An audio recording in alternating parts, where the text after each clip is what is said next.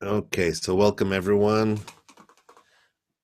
Um, Today we're going to be touching a very interesting concept, but before we do that, we always like to recap a little bit of what we've done.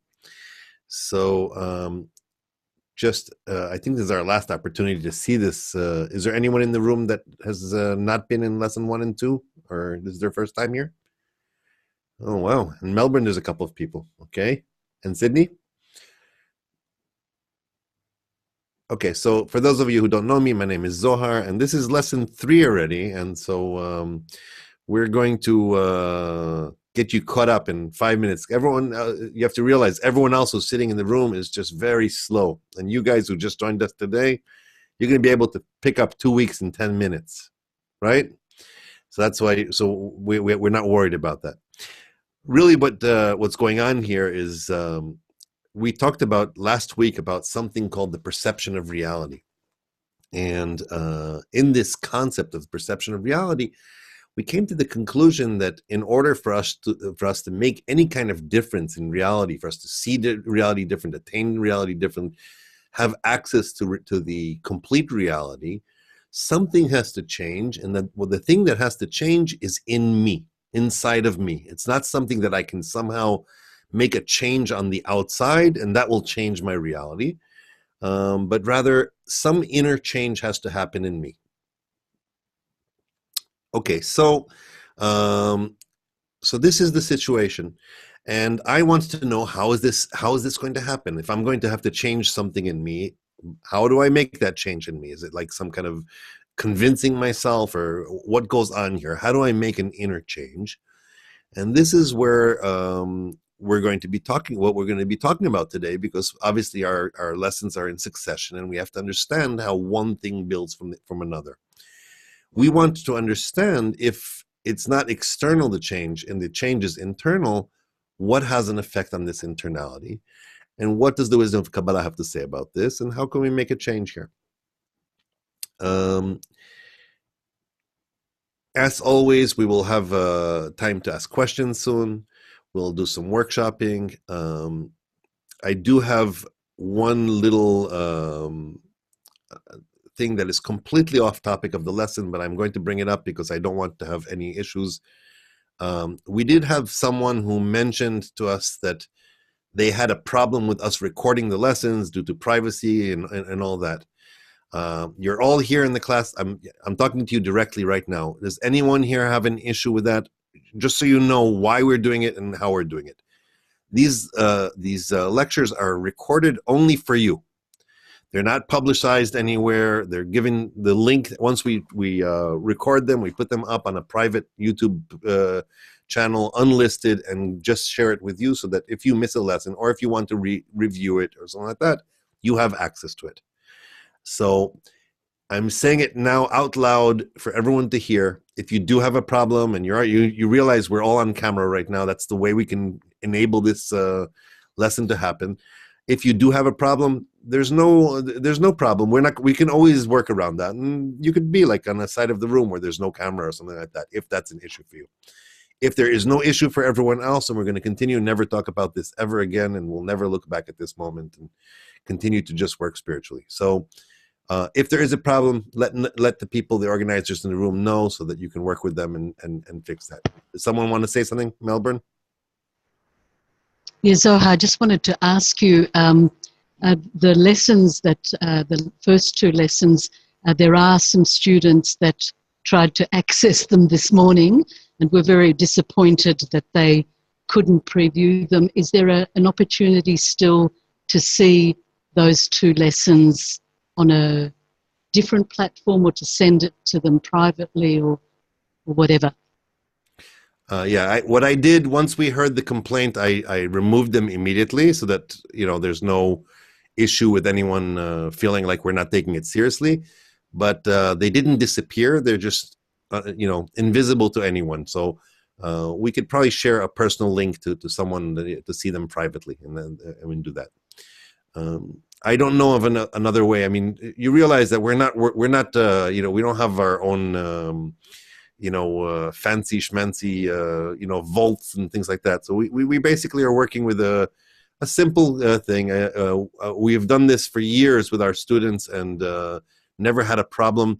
It's not, like I said, it's not advertised publicly. It's just basically in a private. If anyone tried to search for it, they could never find it because it's unlisted. It's not on anyone's lists. We don't only share it to the students of the class. And the second you guys tell me, give me the green light and say it's okay, then I can share it with you and make sure that you have it.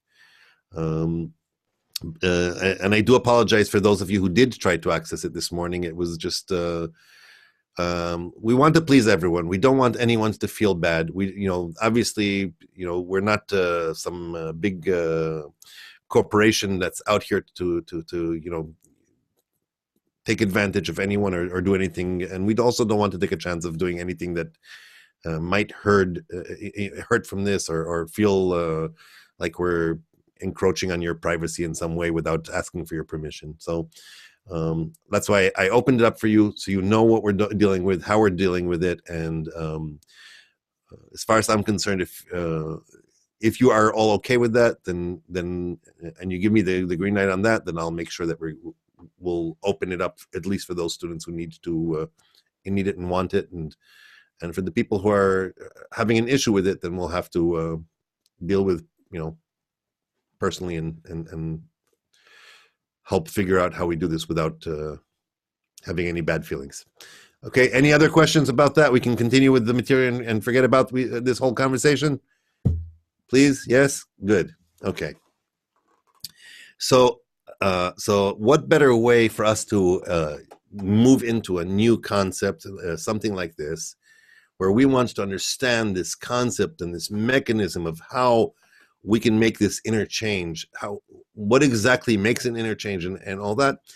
To do that, I heard a friend talking about this not too long ago, that the Kabbalists talk about this, and they talk about the fact that we are somehow in a sea of light, meaning we're just immersed in all the goodness and the abundance there is in the world right around us all the time. But obviously we don't have access to it. We don't see it. We don't feel it. We don't know that it's there. And we really do want to have connection to that. We want to know how we can have access to it.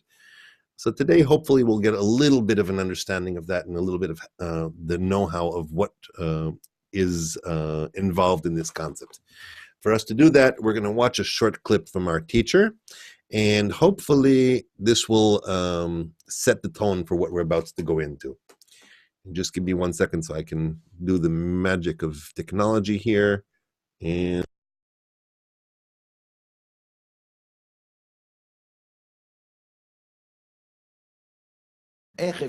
how can one believe in some object in an imaginary world that has spirituality? After all, it's specifically written, do not make yourself an image or an idol. And how can you believe in some object that has some kind of force? How is it possible? First of all, what did Abraham do? What was the first action? To break the idols. There's no such thing. There's no stars. There's no statues, nothing. Israel is above the signs and the symbols and the anything like that. There is nothing else other than the upper force, which is the only thing that I can come to with my intention only. All the rest are only so that I will exist in corporeality in order to develop an inner connection with godliness. Only the intention.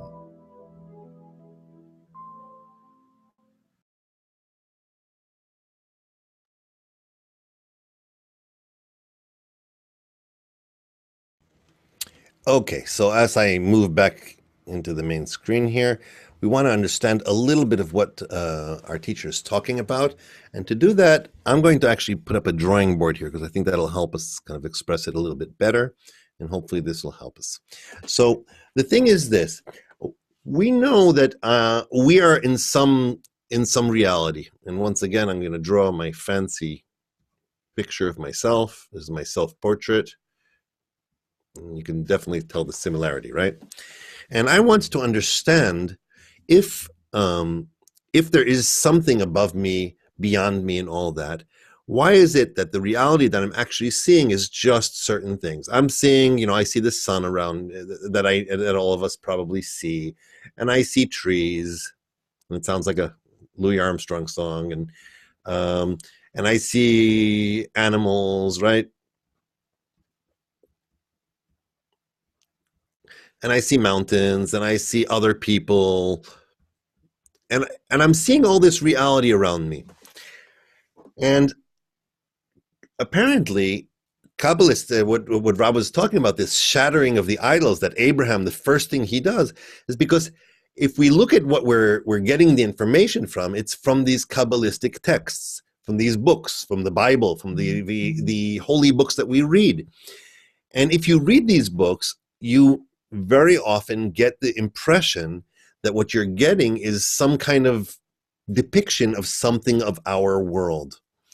And you can open any holy text and read it, and it talks about things that are going on with people and places and time and nations and wars and interactions and all that.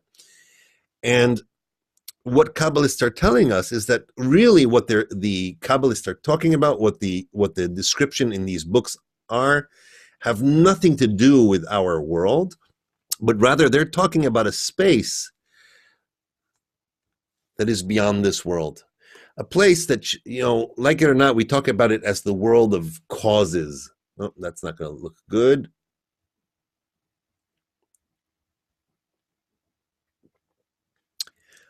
The world of causes, where basically everything that exists in this world is affected by. And they refer to our world as the world of consequences. And I'll probably massacre the word consequent, something like that, maybe. Or effects, let's say. Cause and effect. And that everything that's happening in our world basically is affected by something that has already started from above and is just being expressed in our world.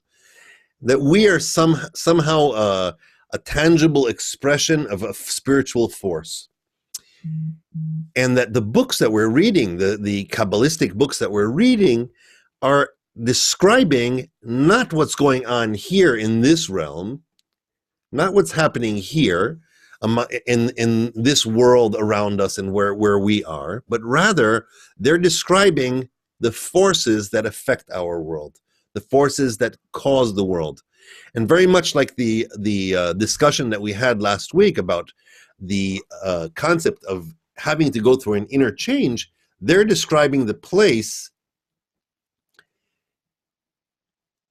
They're describing a place where the internality is happening, that place where you can make changes, where things are affected, and not where the consequence happens, but where the causes are happening. That place.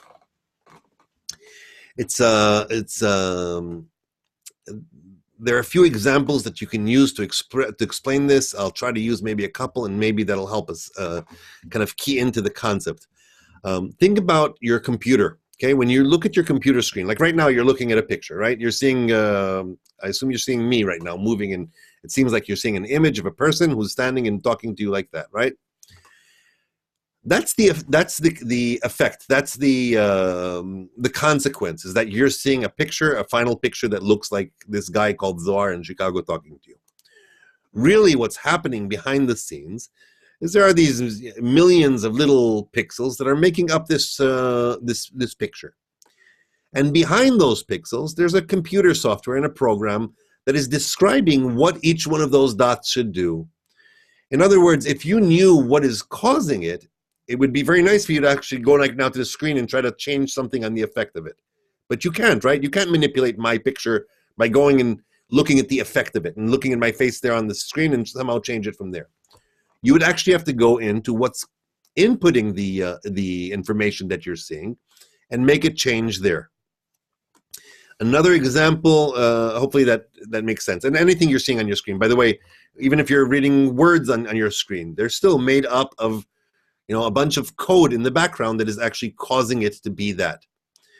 If you ever seen an embroidery picture, So you see once again, you see a beautiful picture, and it seems like you're seeing the picture that you should be seeing. But if you turn it around and you look in the back of it, you'll actually see the knots and stitches and that make up this picture, the cause versus the effect of it. Kabbalists refer to this as roots and branches. And why is this so important? Because what we're seeing in our world, in our corporeal world, is referred to as the branches. The causes, the roots, are what we call the spiritual roots to everything. And apparently, the way this works is that these spiritual roots, these roots here, oops, too many O's. These roots to these branches work in a unidirectional way, meaning if I'm looking at something in this world and I'm referring to it, what's happening with this specific thing in the world cannot be changed here, but rather it's only one directional, meaning the force that is up here in this place called whatever is making the sun be the sun. If you wanted to affect the sun, the only way to affect it is from here to the sun. The sun does not affect the force. Just like anything in our world that we're seeing around us cannot be affecting what's in the spiritual world. It's all from the root to the branch, not from the branch to the root. It's a very important concept and important thing because we spend our lifetimes trying to change things in our world, hoping to make an effect and make a change. And if you don't make an effect, if you don't make a change on the actual cause of things, you'll never make a change. In fact, you could spend whole lifetimes doing that and not be able to do it. I'm still just describing a concept, and I'm not yet talking about how this really could be used and how this could change our perception and what we can do to even have contact with this. But there's a very important thing that we're missing here, and that is that the Kabbalists, when they talk to us about this and they write about this, what they're writing about is about the roots. They're talking about what's happening in this place of the forces, of the causes. And now I want to know, so what's the point in me reading these things and getting to these things if I'm really just privy to the information that's down here for the most part? Let's read something and see if this helps us get into it. But any questions thus far on the topic? What I'm asking, and I'll ask you to do this really keep to the topic, because if you ask questions and take us off the topic, it might cause us trouble. So questions at this point, anyone?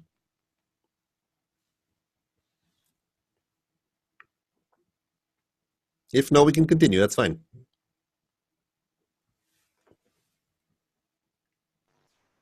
Zohar, am I allowed to ask a question?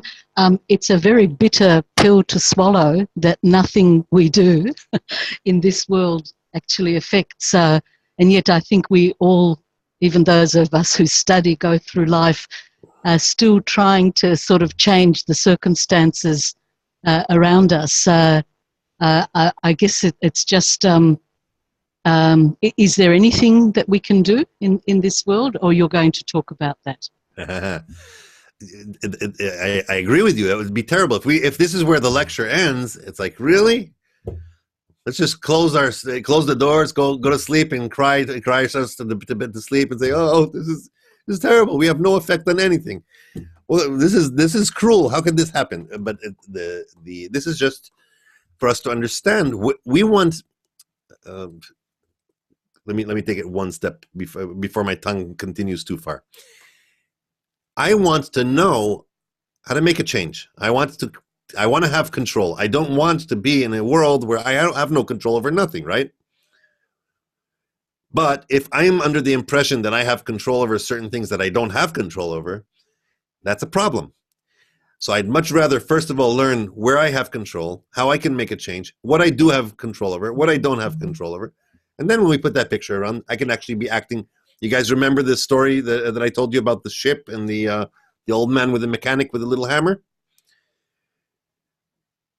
You guys remember the so I mean, the long story is that you need to know where to hit. So if you're just if you're busy, you know this probably from your life. You have people who seem to be very busy all the time, right? They're like just immersed in things that they have to do and all that.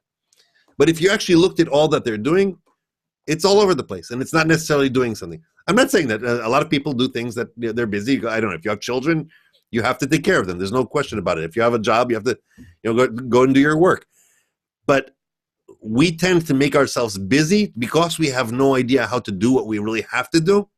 So we just fill ourselves with everything we can so that at least I feel like I'm doing something. I have some kind of, I don't know, maybe I'm not solving anything, but at least I want to feel like I'm part of the solution.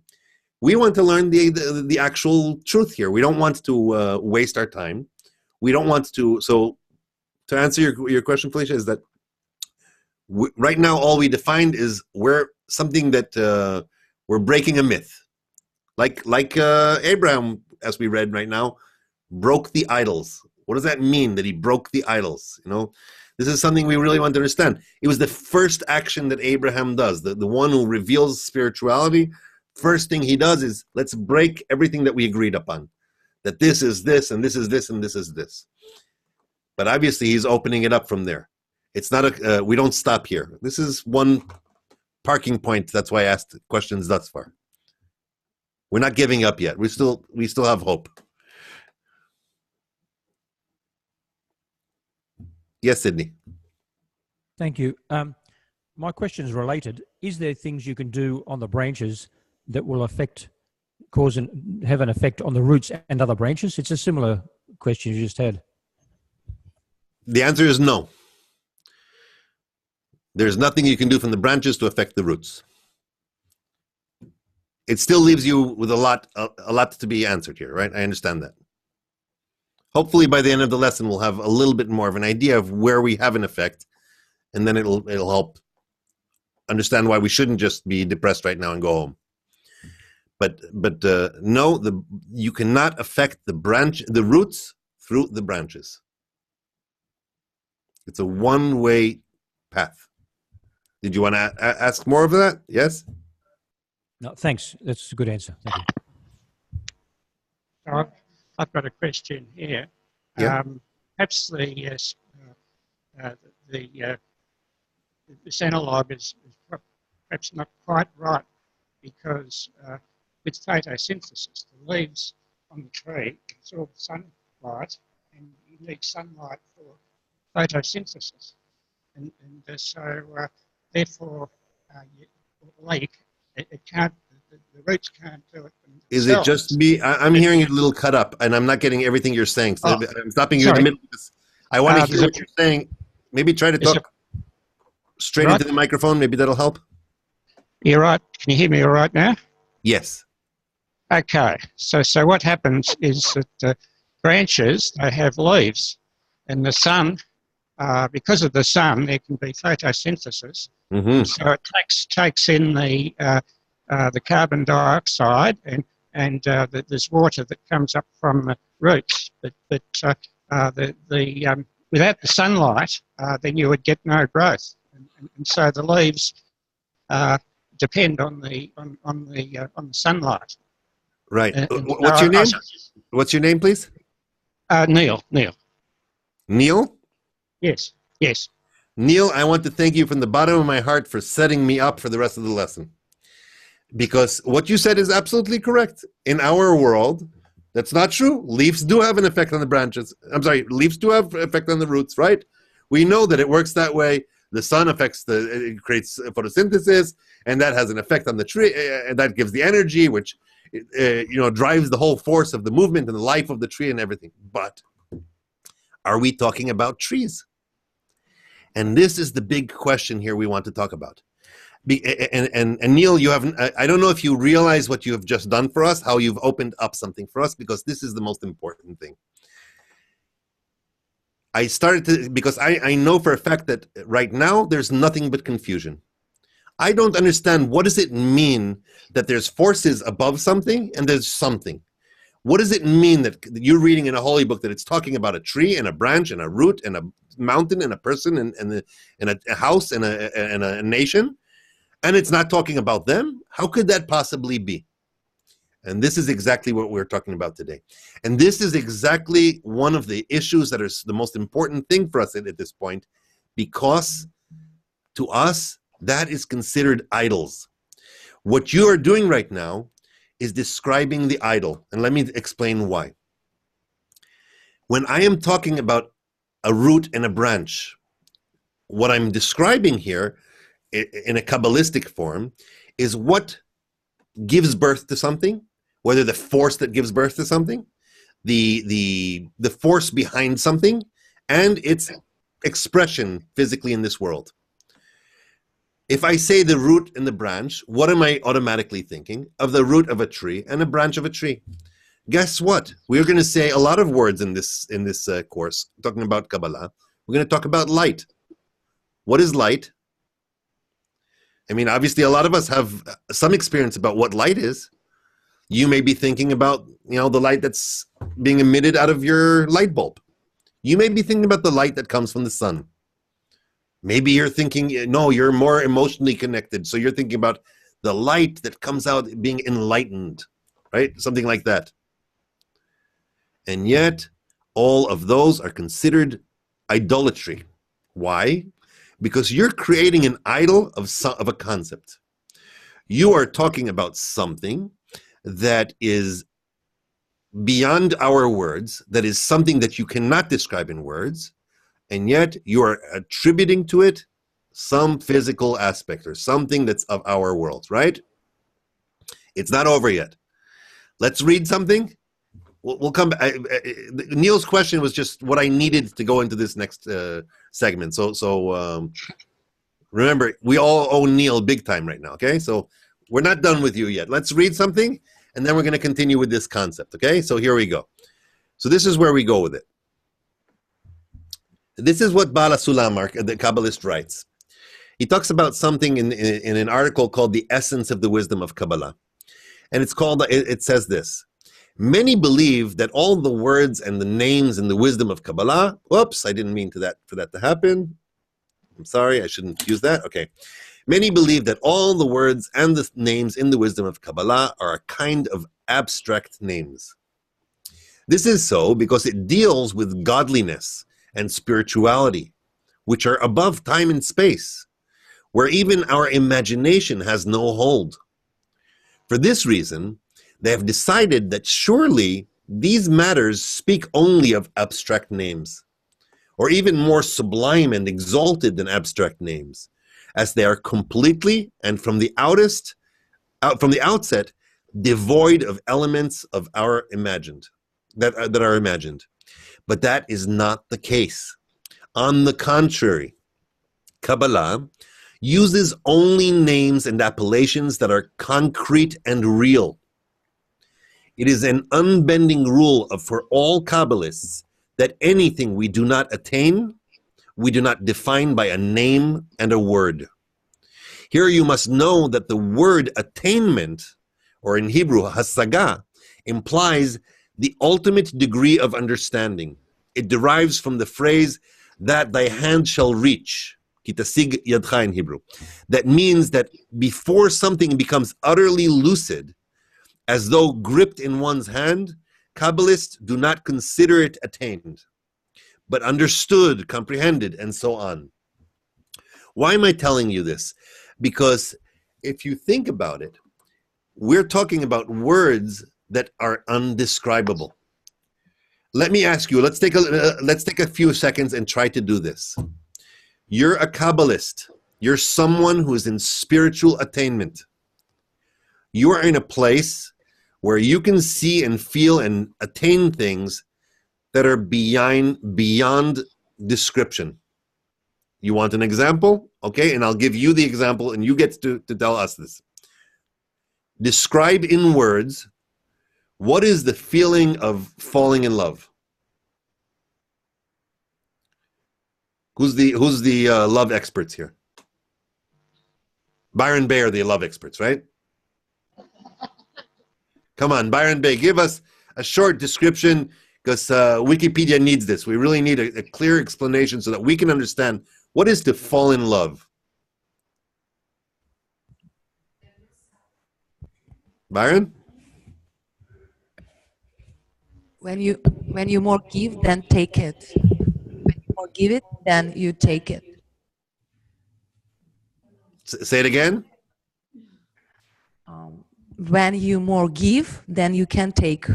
When you give more than you can take. Okay. Beautiful.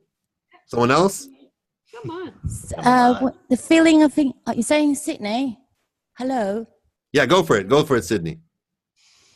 When you're in love, you feel this euphoric and this adrenaline, this whole world is brightened up. You just indulge in this profound. I think it's stimulation and stuff like that. Yeah. Happiness. Beautiful, beautiful. I'm starting to get what falling in love is. Byron Bay, give me your take on it. Hello. Byron? Probably better from someone who's... Not that easy, huh? We find it really hard to define falling in love or express what it is. No, I know why, because Byron Bay, they don't know anything about love. Melbourne, you guys know all about this, right? Come on, Melbourne. What's that feeling of falling in love? You realize you're describing this not for someone who knows what this is. This is for those of us who have never fallen in love. Tell us, come on. I've heard all kinds of things about giving and taking and adrenaline and all that, and I'm starting to feel like this is like some kind of exercise or something. Is that what it is? Hello, I'm in Melbourne.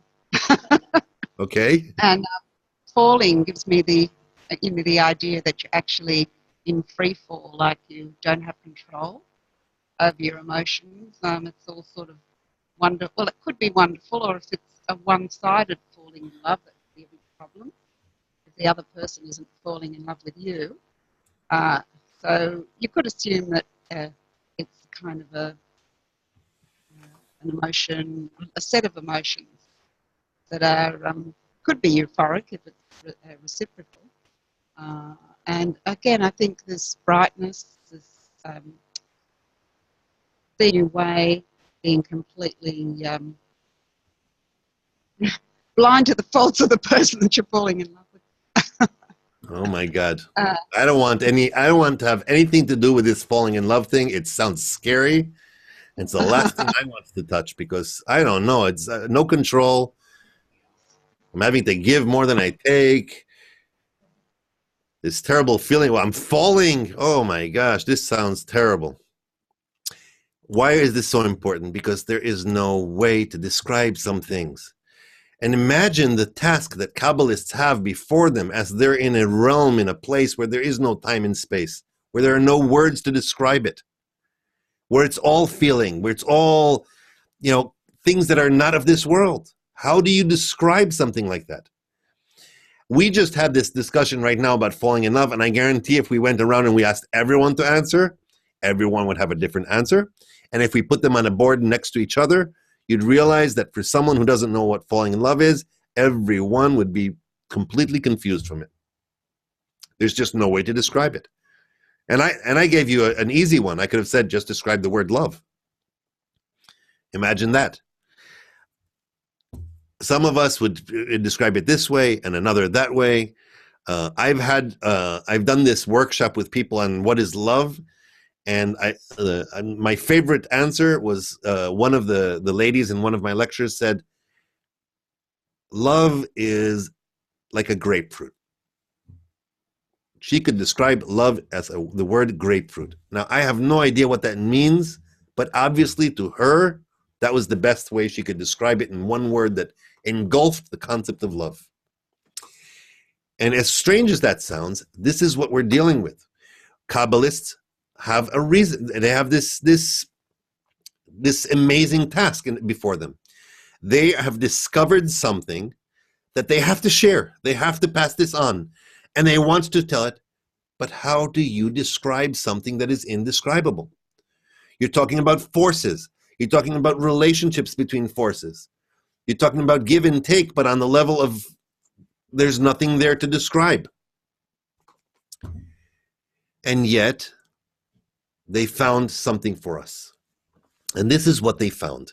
Let's see if I can read this one for you and see if this helps. Baal HaSulam continues in this article, and he writes this concept called the law of root and branch by which the worlds are related. Kabbalists have found that the form of the four worlds, named Atzilut, Bria, Yetzira, and Asiya, beginning with the first highest world, called Atzilut, and ending in this corporeal tangible world, called Asiya, is exactly the same in every item and event. This means that everything that eventuates and occurs in the first world is found unchanged in the next world below it too. It is likewise in all the worlds that follow it, down to this tangible world. There is no difference between them, but only a different degree perceived in the substance of the elements of reality in each world. The substance of the elements of reality in the first uppermost world is purer than in all the ones below it. And the substance of the elements of reality in the second world is coarser than in that of the first world, but purer than all that is of a lower degree. What is described for us here, and we'll take this picture here that you're seeing here, and I'll just make a new one of the same thing. If you think about it, the way that the worlds are described is there's the highest one, which is called Atzilut. Below it, a world called Bria. Then a world called Yetzira. And below all of that, a world called Asiya, which our world is part of. Okay? And the way it's described is that the reality, the essence of what's happening here in Atzilut is basically imprinted into the world of Bria below it, which is imprinted into the world of Yetzirah below that, and into the world of Yetzirah to the world of Asiya and our world below that. And that everything that exists in the world of Atzilut up here is actually imprinted into the world of Bria just below it, which is imprinted completely into the world of Yetzirah below that, and imprinted into the world of Asiya below that. However, as this is happening, this is what's happening up here in the world of Atzilut is the purest force and cause and root of what's happening. And every time it's imprinted into the next world, it's kind of a coarser expression of that. But it contains all the components. Every detail that was in the world of Atzilut is also detailed in the world of Bria, Yetzirah, and Asiya, and in our world. However, if you were to look at it, as it goes from the world of Atzilut down to our world, it loses its purity, its form, and becomes tangible and coarser and corporeal in our world. Now we have to understand what Kabbalists have done. Because what is this whole concept of roots and branches? And I hope this last reading that we have today is going to answer that. If not, I'll have to talk about it myself, and that's going to be really difficult. This continues similarly down to this world before us, whose substance of the elements in reality is coarser and darker than in all the worlds preceding it. However, the shapes and the elements of reality and all their occurrences come unchanged and equal in every world, both in quantity and quality. What I've just described to you. They compared it to the conduct of a seal and its imprint. All the shapes in the seal are perfectly transferred in every detail and intricacy to the imprinted object. So it is with the worlds, where each lower world is an imprint of the world above it. Hence, all the forms in the higher world are meticulously copied in both quantity and quality to the lower world. And if you look at it, basically, no, we're not going to look at this picture. I don't like this picture. And we're not going to look at this yet either. So now I want to understand what really is going on here and how I can work with this. So the thing is this. I have something in this upper world that is basically the root of it all. And it's slowly imprinted until it comes to my world. Now what happens? Kabbalists who are attaining spirituality rise above the state of this world and are in the upper worlds. In this place, they want to understand. Oh, of course, I'm drawing something and you're not seeing what I'm drawing. Sorry. So the roots, basically, of everything, of the forces of everything, are from up here, and they are affecting what's in our world.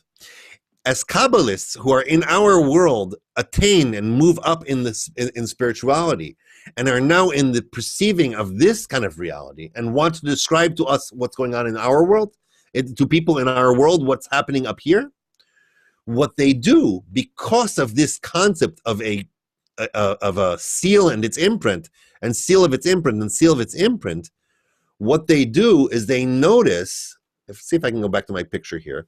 What they notice is, for example, that the sun has a spiritual root in the form of a certain force. And now, when they're describing this specific force, they will simply give it the name sun. And when they're describing some animalistic aspect that's happening up here in the roots, let's say there's a certain force that has an effect that would be expressed in our world in a branch called dog, or a certain emotion or something like that, they will simply use the word of the branch of that root to describe the root above it.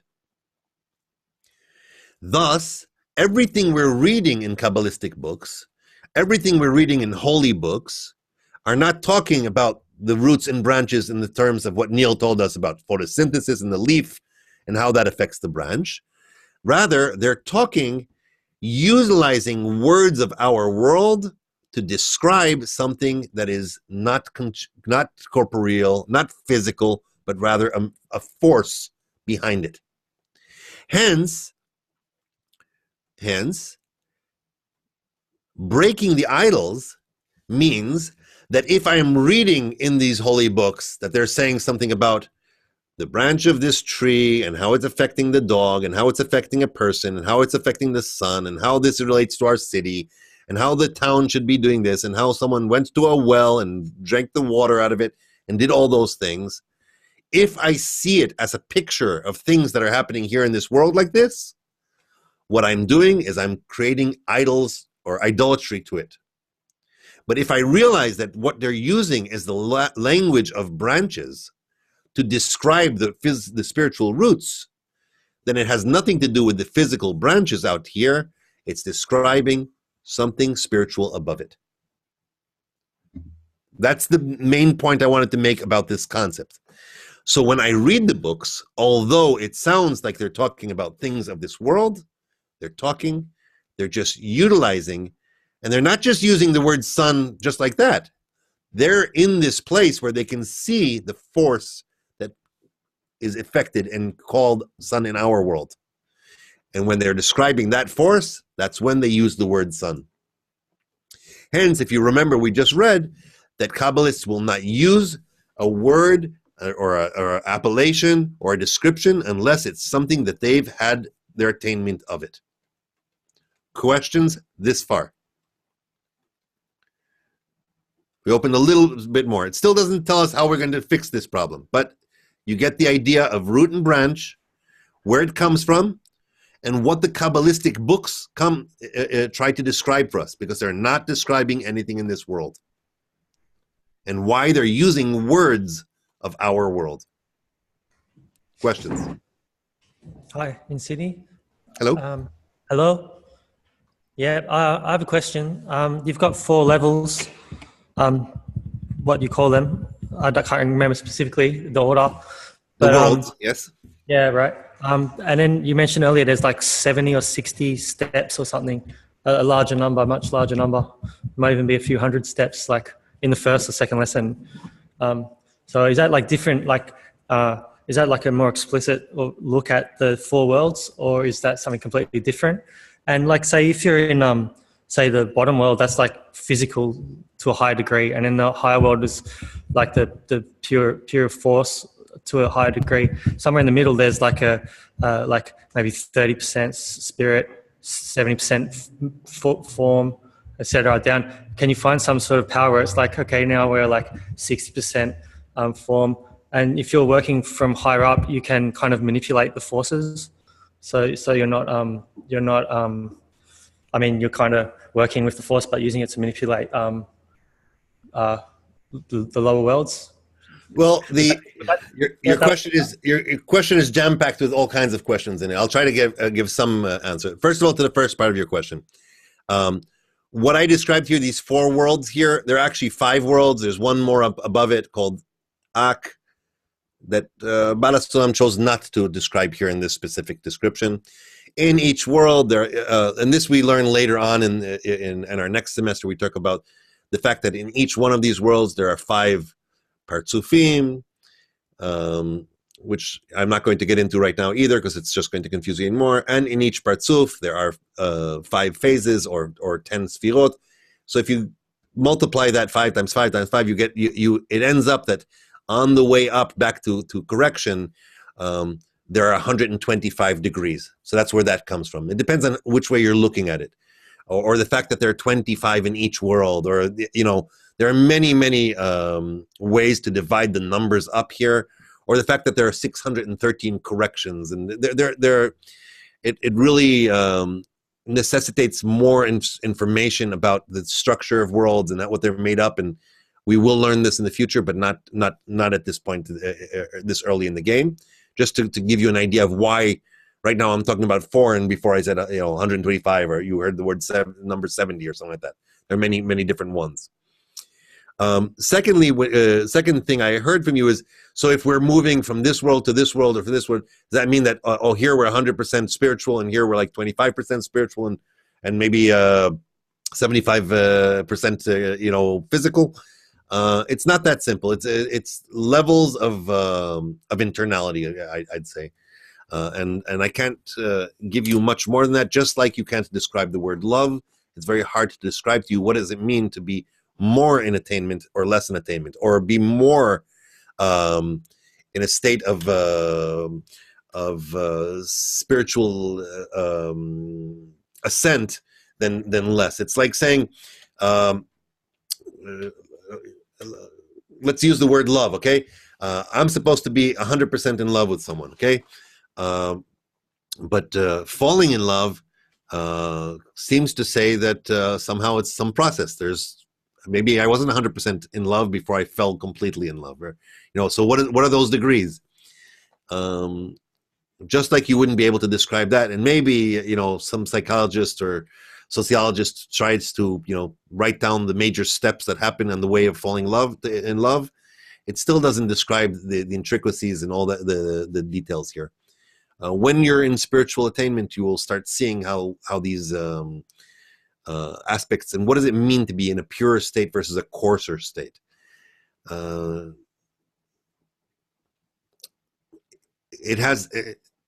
I hope by the end of this course you'll have at least a better idea of what it means to be in a purer or coarser state. But that's all I can say at this point, without confusing us.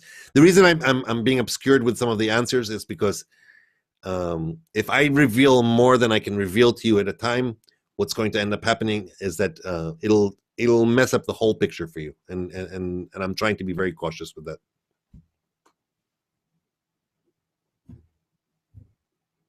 More? Okay, I'm in Melbourne, Pippa. I'm just wondering, I'm a bit confused about breaking idols. Scientific explanations of the world, etc. I mean, when Neil talked about photosynthesis, you referred to that as perhaps an idol, I think. So I'm still a bit confused about what idols are and whether they're included in, including idols are scientific explanations of the world, what's around us? Yeah, very good question. Idols are when I make a picture or an image or even describe something that is spiritual in words and give it a clothing of this world. And the example was I said the words roots and branches. And what am I thinking? I'm thinking the roots and the branches of a tree that I see in this world. In fact, we're not talking about a tree, but we're borrowing the concept of a root and a branch, since it's the concept of, oh, it goes from the roots to the branch.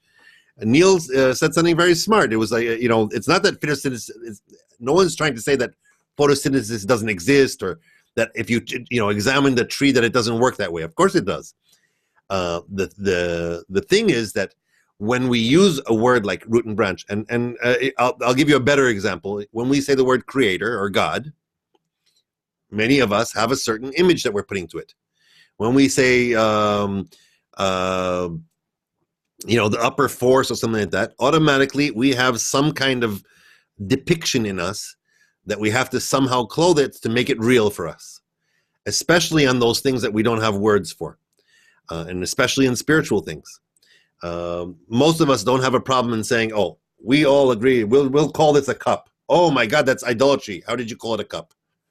Well, the essence of it is a different story. Am I talking about the essence of this, or am I talking about, some agreement that we have about this structure that we call a cup?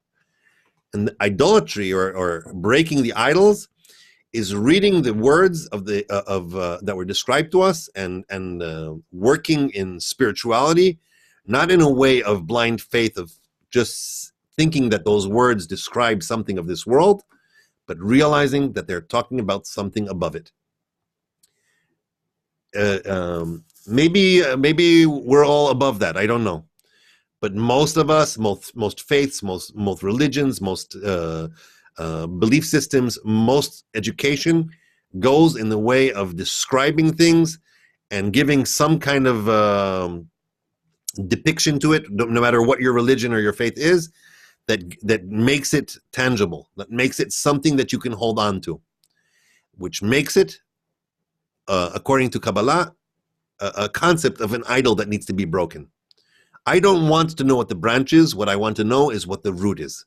Breaking the idol means I refuse to take the branch as the answer. I want the root.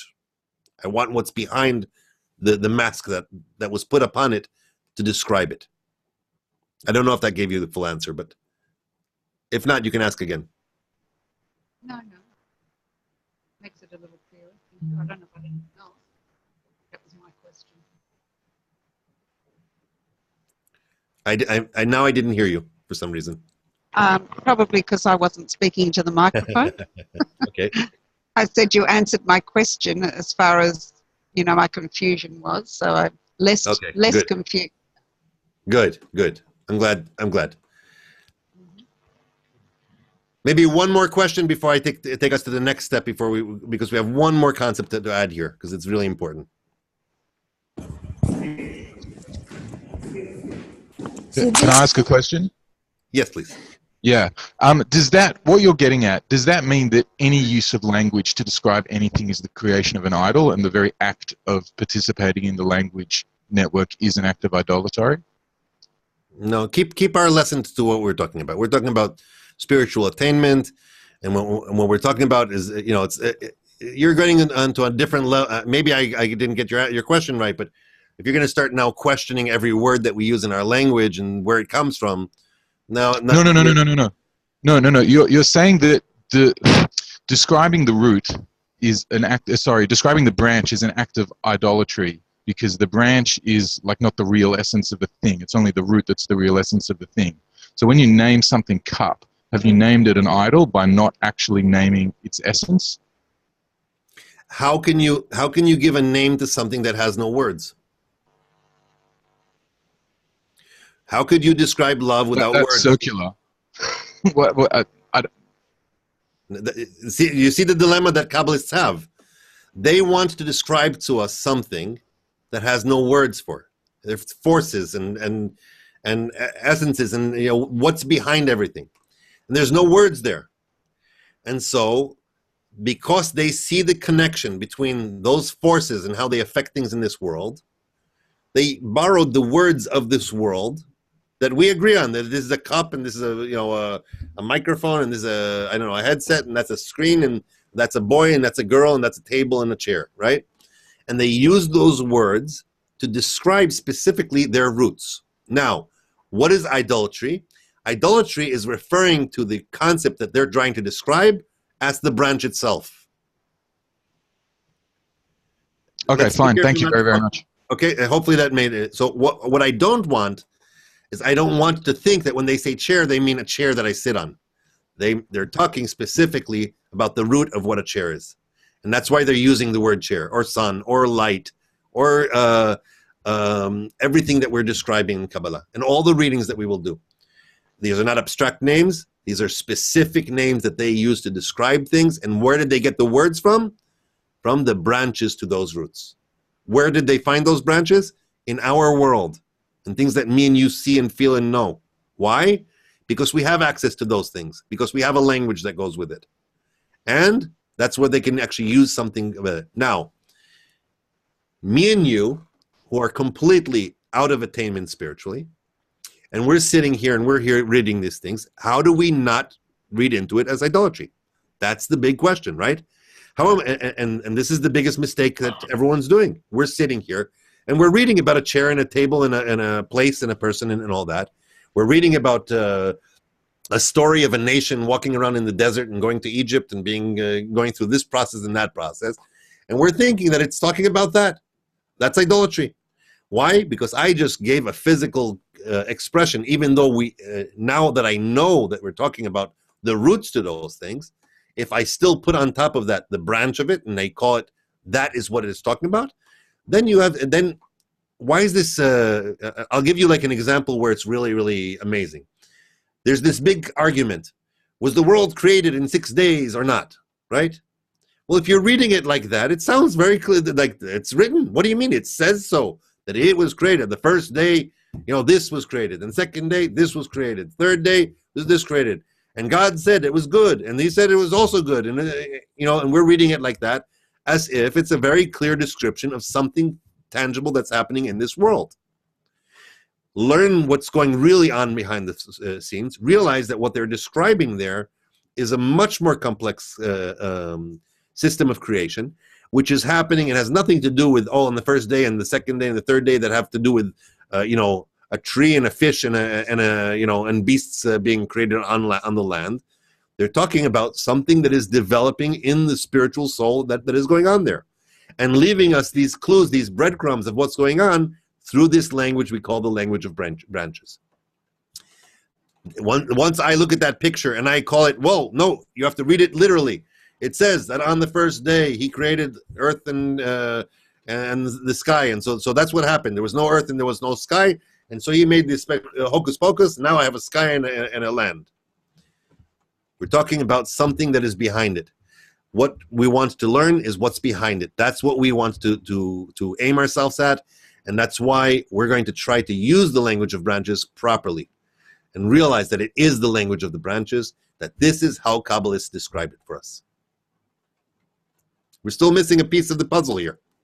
And what's that piece of the puzzle that we're missing? It's the piece that we get is, okay, so how does that help me? And what can I do about this?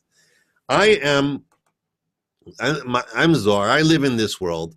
When I'm reading these stories and all that, how can I understand that Bala Sulam, when he was writing for his fellow Kabbalists there, and they were sitting and describing it, so they understood that when they talked about, they said the word sun, or they said the word desert, or they said the name of some city or the name of some person, it was describing something very deep over there. Now the question is, what am I going to do about this? Me, who is not in attainment, who's sitting here and reading these books, and how is this going to change anything? And we still have the big question we started the lesson with is, if it's one directional, how can I have an effect on anything? How can I have any control over anything? And so this is where we get into one of the real important concepts in Kabbalah. And maybe before I read this, I want to draw this on the picture and see if it helps. I'm just going to go and do a new drawing because I have a feeling that if I do it on that, I made such a mess of my picture that it's a real big problem. So once again, we're going back to our picture. And we have us in this world, and I'm just gonna make circles of the different objects in our world, right? Of what's happening. This is our reality made up of the things that are in the branches. And we said that somewhere up here, there's the forces that are the roots to what's happening in our world, and each one is affecting its branch in this world. Therefore, Kabbalists describe those things according to their roots. And this is the picture. Now the question is, how am I going to have any access to that? What's my connection to it? Because what we do know is one more thing that was added here is that the Kabbalists, let's find a picture a color that you can see, they added something right here in between. They created a certain filter, certain screen to connect between these two. And what is that special thing? They call it a book. Meaning, what they coded into this book is the description of these forces inside the book in a way that, yes, we know they're utilizing the branches, but somehow this book contains in it, in their writings, some kind of essence of that force, something inside of it that contains, if you will, a transition, a conduit, I'm missing one word I need here.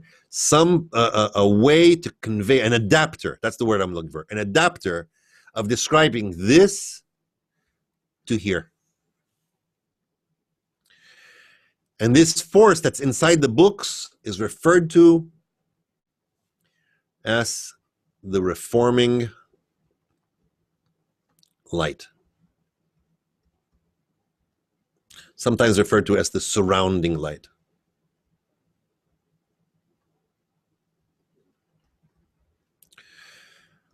Now, once again, what are all the idol worshippers amongst us? What are we thinking right now? Oh, there's light around me. I'm starting to think about all those pictures, right? There's maybe some light that's shining around, and maybe it's a floodlight. It's not a projector that goes direct. It must be a floodlight of sorts that gives me some kind of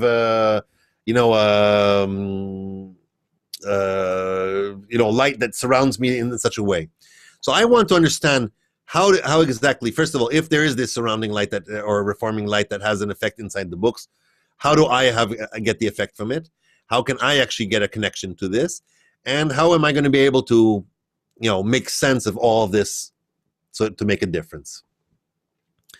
And so in this, we're going to go to a very important reading that Baal HaSulam writes for us. And just a preliminary thing is that this comes from a writing called The Introduction to the Study of the 10 Sfirot, where Baal HaSulam is basically describing the details of how to read it and how to contact into it and how to get into this study without being confused and what's the proper approach. So in item 154, he starts by writing, you should know that most of the authors of Kabbalah books did not direct their books, but only to such readers that have already attained a disclosure of the face and all the sublime attainments. Meaning that they wrote these writings specifically to those who were like them in attainment. Now a question. And this is the famous 155, which we will read many times throughout our career in Kabbalah, and this is what it writes. He writes here, therefore we must ask, why then did the Kabbalists obligate each person to study the wisdom of Kabbalah? If everything they wrote there is just for those who are in attainment, why are they obligating everyone to read it? Why is it so important for everyone to know it? Indeed, there is a great thing in it, worthy of being publicized. There's a wonderful, invaluable remedy to those who engage in the wisdom of Kabbalah. Although they do not understand what they are learning, through the yearning and the great desire to understand what they are learning, they awaken upon themselves the lights that surround their souls. This means that every person from Israel is guaranteed to finally attain all the wonderful attainments that the Creator had contemplated in the thought of creation to delight every creature. And one who has not been awarded in this life will be granted in the next life, etc., until one is awarded completing his thought which he had planned for him. And while I'm not going to read the rest, I just want to stop here because I think we need to describe this. In the books, in the spiritual writings that the Kabbalists write for us, there is a special remedy, as Bala Sulam describes it. Meaning, even though, if you are in attainment, if you're in spiritual attainment, what you're going to open up in these readings is something very deep. You're going to understand what he's writing about, and you're going to follow it in a way that you're already navigating in an open eye format. What about all of us? What can we do? And that's why Bala Sulam wrote, although they do not understand what they're learning, through the yearning and great desire to understand what they're learning, they awaken upon themselves the lights that surround their soul. And what does this mean? It means that if I have this great desire to somehow enter what's in there, for what's in there to live in me, for me to open up what's there, this special effort, this special exertion, this special intention that I have, if you will, causes whatever's in that book to have an effect on something that's already inside me. And this is the key concept here. Remember, and we talked about this, that the effect can only happen from the root to the branch. And now you're asking yourself, so what's the change here? How can I make a difference? Well, in each and every one of us, there are dormant lists of spiritual genes, if you will, waiting to be awakened. By immersing them under a certain influence that is written in these Kabbalistic books called the surrounding light, by putting yourself under that influence through the special desire and the special intention that we do and work together on, what happens is it awakens something that's already inside of us. By doing that, we change our perception. We make a correction on ourselves. And as that opens up, as these parts in us that are in us change and open, the virtue of the book does its work and opens up towards us something that's already in us, that's already there, from which we have access and attainment and what's above us. I'll say it again. The books, it's not that there's inside the books something that's gonna, somehow, laser beam into us and make a change and etch something in our genes. Inside us already. It's like you have this code inside of you ready to open up. There's a sleeper in you that is ready to wake up, and all it's waiting for is a certain influence to start waking up. I always like to use this example, and it's the example of a seed. If you think about it, a seed contains the code for life of that, whatever it's going to grow. If it's a tree or if it's a fruit tree, it already has its whole future is already inside that one seed. But as long as it's still in a seed, it's basically concealed and you don't see anything. You don't know what's happening with it. But put it in the right conditions, in the right place, in the right time, and put it under the right surrounding light, if you will, moisture and heat and light and all those things. It will express itself to what it's meant to be expressed. That's what happens. That's where you're basically taking what's inside of you, and through the use of the books, of the spiritual books, they have special words in there, special concepts in there, and because what you're reading in there, through that special intention that we're going to be learning a lot about, you're making that internal change inside of you that we want in order to be able to perceive reality beyond what we're perceiving it now. Open up that sea of light that's around us and start being affected by everything beyond what we're seeing already. Questions? That's the big key. Hopefully this helps a little bit. Sydney, I want to go back to what Neil said. I know that the sun is a force. What do you put photosynthesis as? I mean, that's doing things too. It converts carbohydrates, carbon dioxide to oxygen for us to breathe. Do we want to talk about photosynthesis and how it affects things in our world, or do we want to talk about how our spiritual soul needs to be awakened? I'm not negating anything about that, by the way. Sorry? I'm not negating the concept of anything of this world that you're trying to describe in natural sciences and all that. What I'm saying is that what is behind that. I understand that when we examine the way trees and leaves and vegetation operates, we describe it in the form of a process called photosynthesis. And if we do it in animals, it's the opposite thing. We do the exact opposite of what plants do. Kind of like, by the way, the imprint in the seal and the imprint in the worlds. If you look at vegetation versus animals, which we are, it's very similar. They give off oxygen and take carbon dioxide. We do the opposite.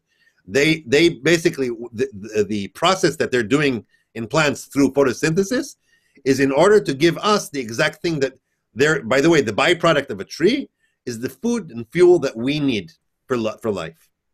And by the way, when we break down, we're the fuel for the trees, for them to grow. So, I mean, we don't want to really get into why that is and all that. What we're talking about is what is behind it. What the fact that we're, if I follow the trail of the expression in this world, I will go wrong because it's only a branch. And so I'm not saying don't study trees and animals and how they operate in this world. That's fine. We do that. What I'm saying is that what's behind all of that, if you want to have an actual effect on it, you need to know what's behind it. And not just the fact that this is how it works as we see it expressed in our world. I don't know if that helps. Maybe I didn't get your question. Yeah, it's fine. Thank you.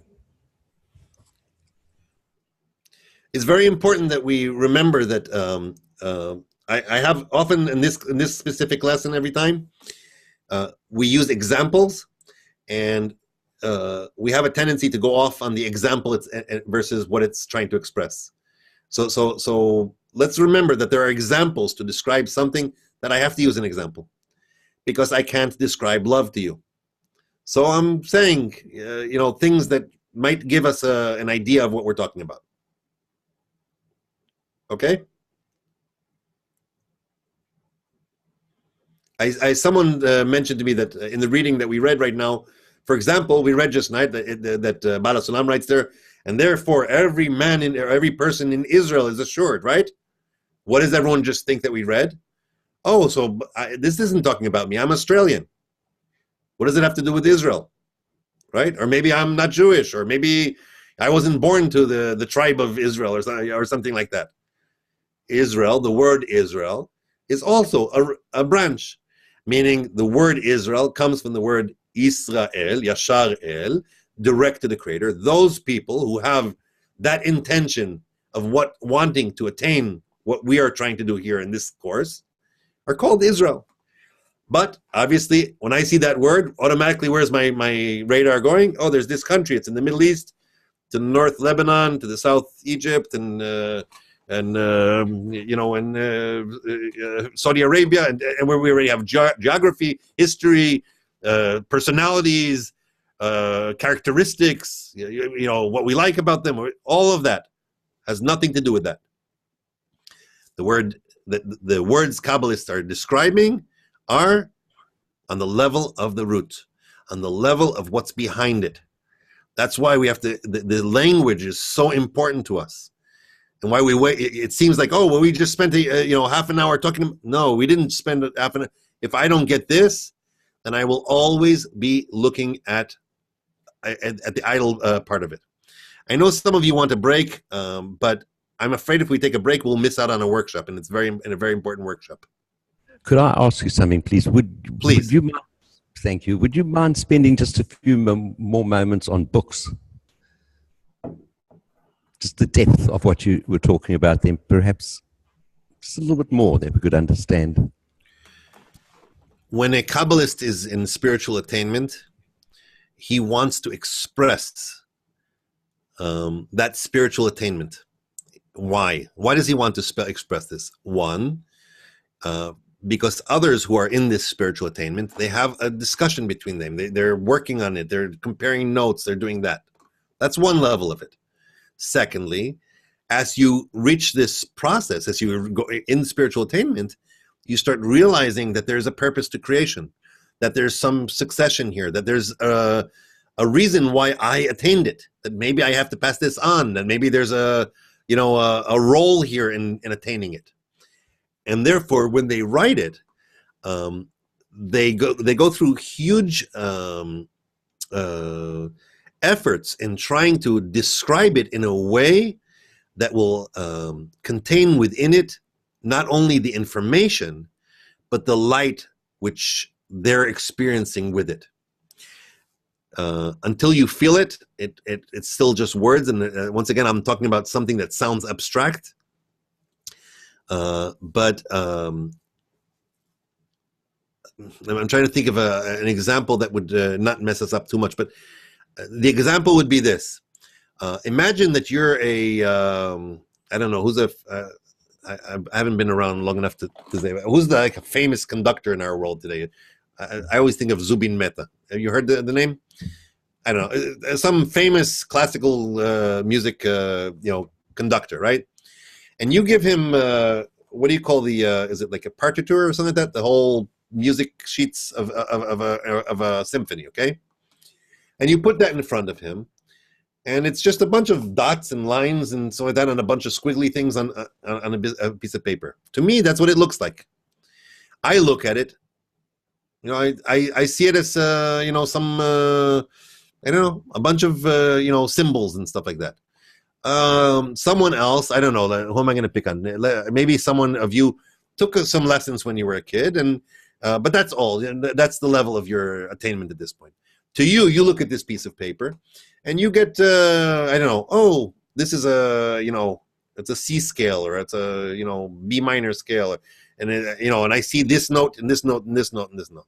Still just like that.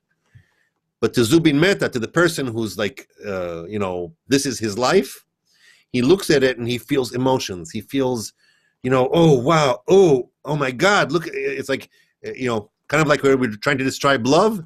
That's what he's feeling when he's looking at this. Kabbalists write on that level, on that depth, where they're describing something that can't be described in words here.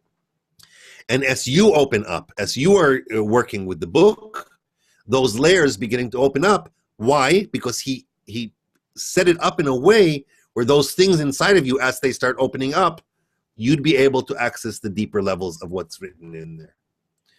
That's as much as I can describe at this point on the books.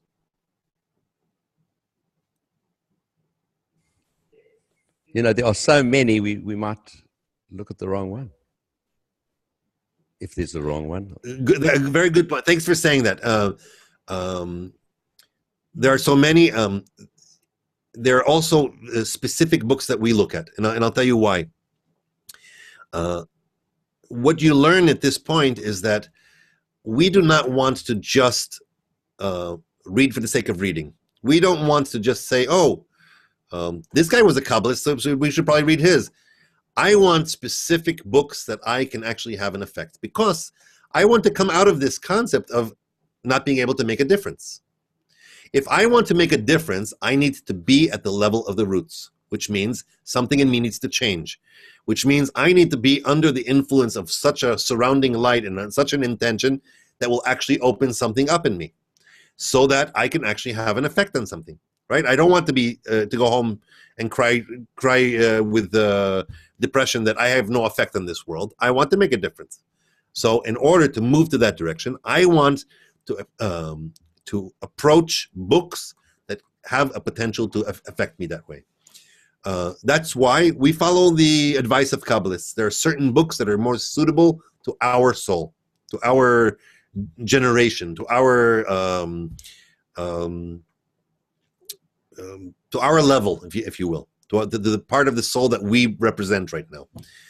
We read the writings of Bala Sulam, which are very well suited for our generation. We read the writings of Rabash, our teacher's teacher, which we are big followers of. We do read the Zohar and some of the Ari writings, but in a very different way. But those are what we concentrate on. Are there other holy books? Of course there are. The question is how easy is it for you to be able to use those in the context of drawing that reforming light upon yourself to make a change. We follow the advice of Kabbalists who tell us which books are best for us, and that's what we work with.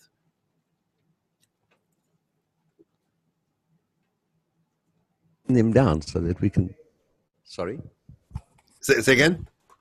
Sorry, what you're saying is those books are great tools that we need. Would you mind? I missed all the names of them. Would you mind writing them down? Just where you are now, so we can take a picture of it. Thank you. Thank you for that. The writings of Bala Sulam, Rabash, the Zohar, and the Ari. But we concentrate here. This is the main. It's not to say that the Bible or Psalms or something like that are not very powerful and all that. They are. The Zohar is what we base everything upon, because all of Bala Sulam and Rabash are based on that. And the Ari is based on the Zohar. So they all come from the same source, the Kabbalists. Zohar, excuse me, you mentioned those readings, but we didn't see it on the screen. Oh, of course, I'm writing and I'm not showing you. I'm sorry. I apologize. Here I'm writing and I'm not showing you. Thank you for saying that. So the Bala Sulam and Rabash are the teachers that wrote for our generation. So we concentrate on those more than anything, on those writings. Bala Sulam, basically, the reason he's called Bala Sulam is because he's the one who wrote the commentary to the Zohar, the Sulam commentary. He opened the Zohar for us. Without his writings, reading the Zohar is just futile. We have no idea how to even contact that. And he's also the one who opened up the whole Ari writings. So if you just go and read the Ari writings or the Zohar without reading Bala Sulam, you're going to miss something huge. So we concentrate on Bala Sulam and Rabash, and obviously when we read Zohar or Ari, we're reading it specifically for drawing light. The best way to know what to read is if you go to our site. It's Kabbalah.info. .info. And in there, go to the place that's called the library, or you can also go to the bookstore and actually buy books. But even if you just go to the library, you'll find those writings that we're working with.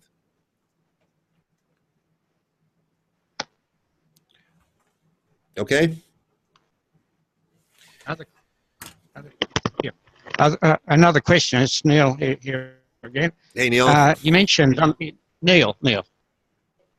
Yes. Mm-hmm. Right. So in the first two lectures, you mentioned something about 4 or 5 worlds. But in the first one, you mentioned that Adam Kadmon was a world above the others. And you said that these can also be known as Sephiroth.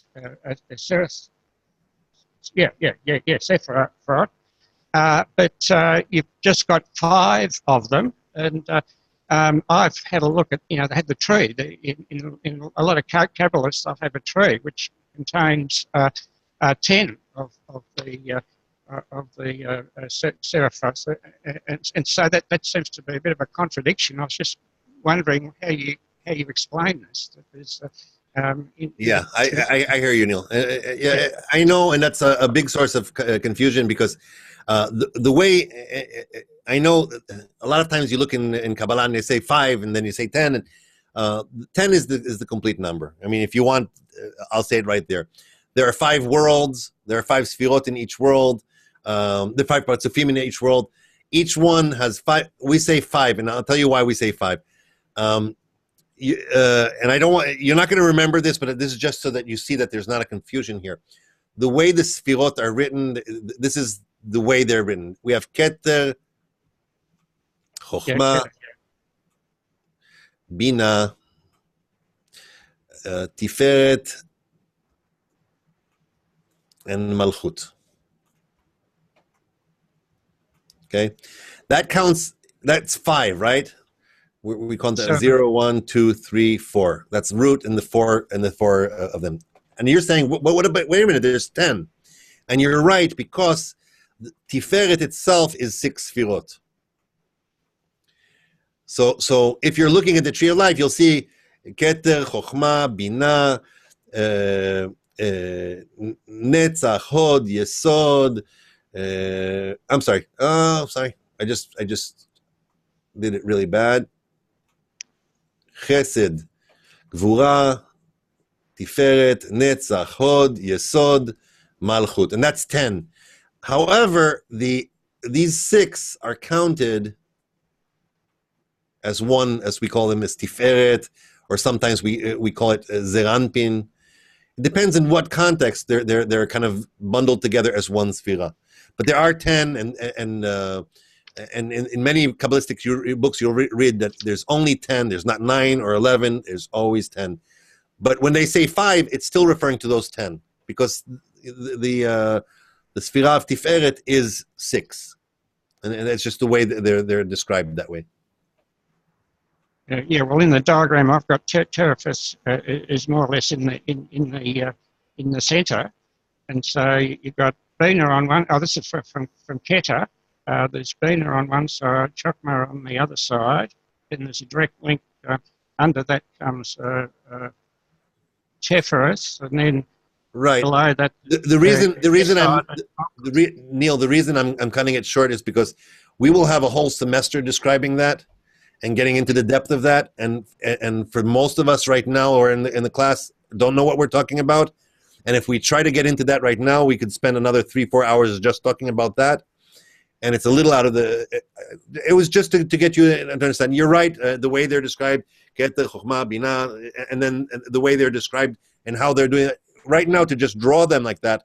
If I look at them in a picture like that, I might start thinking, hey, maybe, if I and I've seen this from people saying, oh, really? So in that case, so what you're saying is that they're like this. So you have Keter and Chokhmah and Binah, and then you do this kind of a thing. Yeah. So what is it like? If you look at that, can you actually see it in that way? Is it actually is that diagram real, and is it physical? Can I see this with my eyes? That's idolatry, and we don't want to look at that right now. We just want to understand that there is something that's behind this concept called Sfirot. They're the roots of things. We still have to learn what they are, how they're organized, why they're even there, and you will learn this, by the way. You'll learn it to such a depth that you'll realize that not only is it something that is to be known, but all of reality is made up of this. But at this point, if I get into it, more than likely what will happen is we're going to, have this physical image of it, which we don't want to happen. We really want to keep it as the fact that there is a root to things. It's a spiritual root. It's a force. Obviously, I don't know how to describe it in this world, so I'm using words of this world that represent the forces that the branches that they affect, the effects of those forces. The Kabbalists took those forces that they've experienced in their attainment and described them according to those branches that are in our world. Now our job is to use those books, those loaded forces of paper that have symbols inside of them, and use them in the proper way, through our proper intention, through our proper desire as we read them, so that we can take out of them some kind of effect on us. Once again, I see the word force. Everyone's already having an image of force and all that. What is that force? The force is the effect that it has on me. The attraction it does to something inside of me already, that it wakens up that spiritual gene inside of me and makes it so that I start developing. Something purifies in me, and I become less coarser, more purer, closer in my qualities to the qualities of the forces above me, reaching a state what we call equivalence of form. Now, if I do that, it's kind of like tuning my inner radio to the frequency that's above me. Oh, I start hearing the music. Oh, I start seeing the things that I'm not seeing now. Oh, I start feeling the things I'm not feeling now. Oh, I start realizing that what is a branch and what is a root. Right now, I just get to feel all of those together. That's the gist of what we talked about today, and why this is now the means by which we get to change our reality. Through these books, through the right proper intention, through the right desire as we read them, we can actually access the upper world, even though I have no contact with it without this, in a certain way, by reading in it, by a certain way, by concentrating through it. This is why Kabbalists obligate us to go through this process. Why? Because there's a special remedy to those who desire it in a certain way. And I think if we continue talking about it, it's best to do it in the form of a workshop between us. I have some good questions for you that I prepared for you, and if we discuss it between us in that way, we'll get much more. I'll ask you this question, okay? And this is a question that I'm posing to you. It's a rhetorical question. What would you rather? Discuss it and try to intellectualize something, or discuss it in a way where it will actually draw reforming light upon yourself and will actually make a change in you that we're seeking to learn about? Hopefully the answer is the second, right? I want for somehow these lessons to evoke the reforming light upon my soul and wake it up so that I can start feeling and not trying to continuously use my brain that is completely managed by my will to receive and cannot really see something beyond what I see in this world. I want something beyond. Okay? So, without further ado, first question is not going to be a workshop question. I'm going to ask you an open microphone question. If we want to create such a situation between us in which we're attuned between us in this answering process, in this workshop form, what would be the best practices that we do between us that would cause us to somehow be in the right mode to actually draw reforming light? Not full answers, just 2-3 words per person. What would be some of the guidelines that you would use in our discussion so that we could actually draw the best reforming light between us?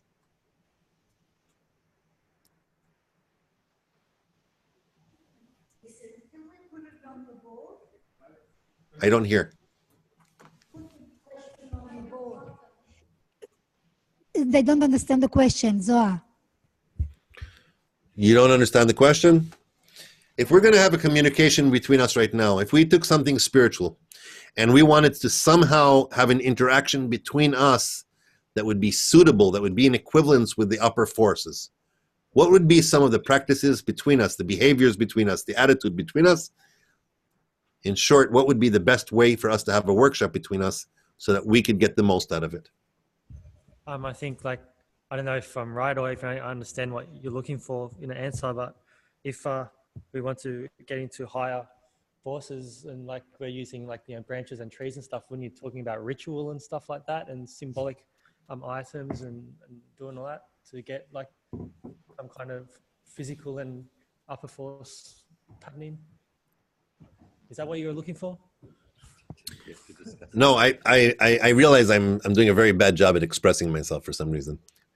This is what I'm looking for. We had a really good experiences for the last couple of workshops, but all of us are open-mindedness, and we're listening and we're non-judgmental. We just allow people to be themselves, and if they don't know, that's fine.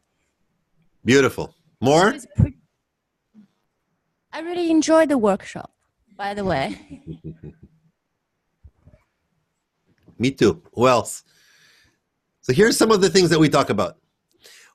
Go ahead. I'm sorry. I didn't mean to take it away from you. You go for it. No, it's okay. I was just going to say that we don't negate. We just continue each other. Mm-hmm. More? Maybe Melbourne? Hint, hint. I put the rules on the board so you can see it. You can copy and just say it.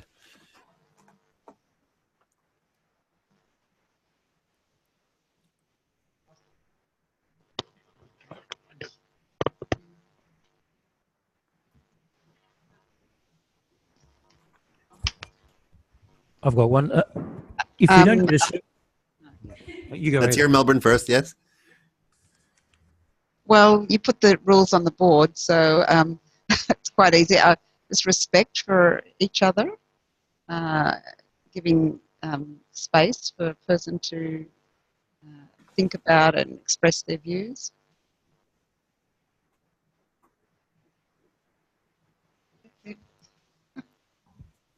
if there's a certain concept that we don't comprehend after a certain amount of discussion and teaching, it might be best just to leave it for a while and let it work in the back of our minds till next week.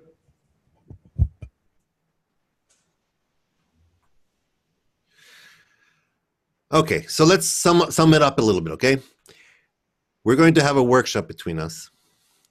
And the ultimate goal in this workshop is for us to create the atmosphere, the proper form between us in which there's a maximal chance for the reforming light to have an effect on our soul. Everything we talked about today. We actually want to draw reforming light from the discussion between us, since we're engaging in this specific concept, for it to have an effect on what's inside us already. To do this, we need to do these things like you said. We can't be judgmental towards the others. We try to add to each other. We don't negate each other. Apparently, it has something to do with the fact that we're part of one soul. And if we try to battle between us and see who's smarter and who's more correct and all that, what will end up happening is that we won't have a reforming light. We won't be close to that equivalence of form that we need to have. So we add to each other. We're brief. We don't answer the whole answer on our own, but we let the answer kind of flow from everyone. Guess what? We don't know the answer. That's fine too. It doesn't matter. The questions are helping us get into that mode, into that form of connection between us that will help us be in the right intention. That's it. It has nothing to do with being right or wrong or being, smart or not, or able to express myself or not. What we're going to try to do is focus on the connection between us. That's the most important thing. It doesn't seem logical. It doesn't seem like the way we usually study, but that's okay. This is the wisdom of Kabbalah. It's different. So here we go. We're going to go into this with that kind of feeling. Remember what we read a few minutes ago from Baal HaSulam? Although they don't understand what they're studying, but they have this great desire for this to somehow have an effect on them. For then this light has an effect on the soul that's inside of them. It has the lights that surround their soul awaken. That's what we want. You got it? Let's concentrate on that and we can make it happen. So here we go. And we're going to ask the first question. Are you already set up in groups that are small enough to be able to have a workshop? 30 seconds. Let's not waste time on this, okay? So I think only Sydney has to, Melbourne, are you small enough you can just do one there? We're good, right? All right. Right, while you're doing that, I'm already going to put up the question, and here's the first question. Why is it difficult for a Kabbalist to describe to us the upper world? And what solutions did they find for this problem? Okay, once again, why is it difficult for a Kabbalist to describe to us the upper world? And what solution did they find for this problem? Go for it. We have about 4 minutes for this.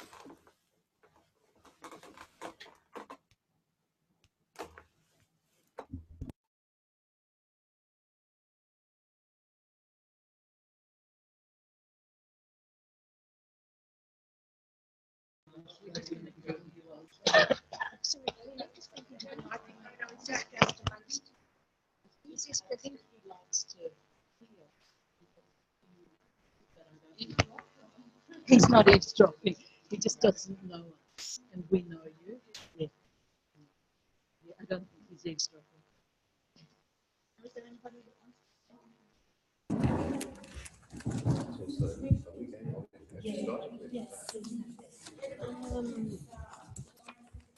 It's so difficult. Just as Zohar described. Just as Zohar described, it's very hard to express feelings. He well described that through music, sometimes you are able to transfer how you're feeling. And I guess when we are trying to connect, to find the right answer between us, we will be able to listen to the music from the upper music.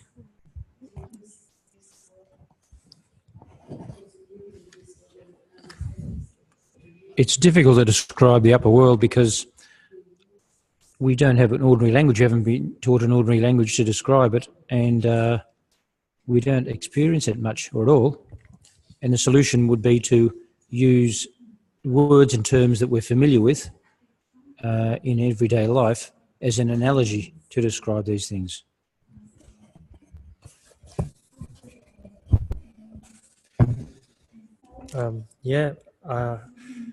I suppose we are we have to use analogy and stuff to make things understood because we're working from the ground up.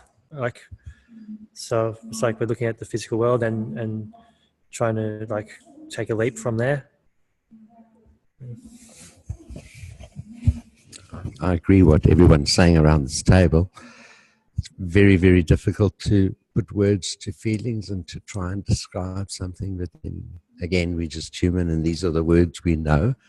And when we use those words, they might just not describe what it is that we're saying because everybody else understands those words to mean something else. This is how difficult it is.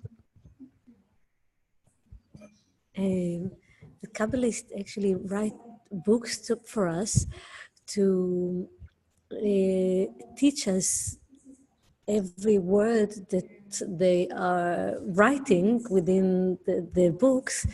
They start to open up the feeling of each word so we can understand the root of it. That's why you would need books and a teacher. So the teacher would actually unfold for us that actual word, the word Egypt, like what the actual word Egypt means, rather than a country. So the teacher and that special language of Kabbalists together, it's like starting to unfold the back meaning of it. Yes, and adding to what Mashid said, if we have the teacher and we have the books and we have the group, we will reach the soil, the fertile soil, because all of us have that special seed. And if we are in the right environment, that will unfold. So it's very hard for an ordinary person that doesn't understand the language of the Kabbalists to interpret these messages. Okay, friends, if you could take a break for a second, we're going to move to our second question. Everyone heads up. You see me? Yes? Good. So second question is this. So in order to understand the Kabbalistic books, we need to have a perception of the spiritual reality, right? Because they're writing from that place. So why then did the Kabbalists write these books? And what good are they to us? For those of us who don't have perception of reality, of spirituality. Go ahead.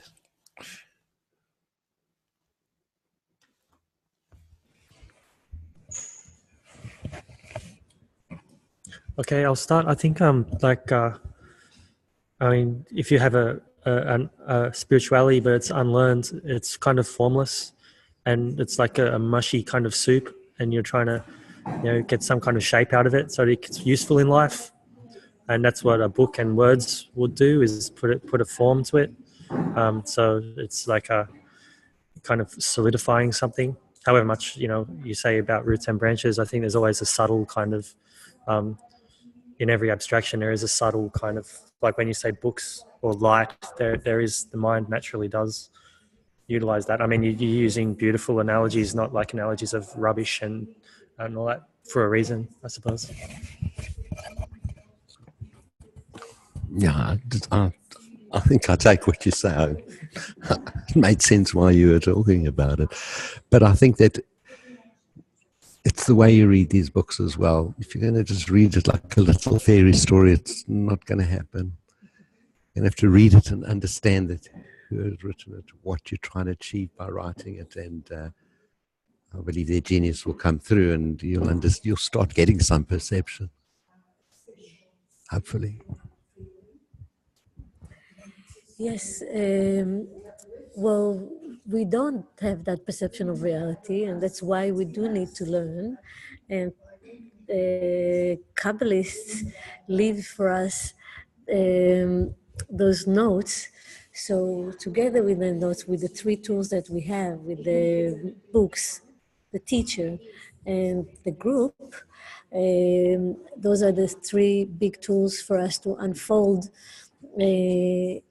what Kabbalists are writing in the books.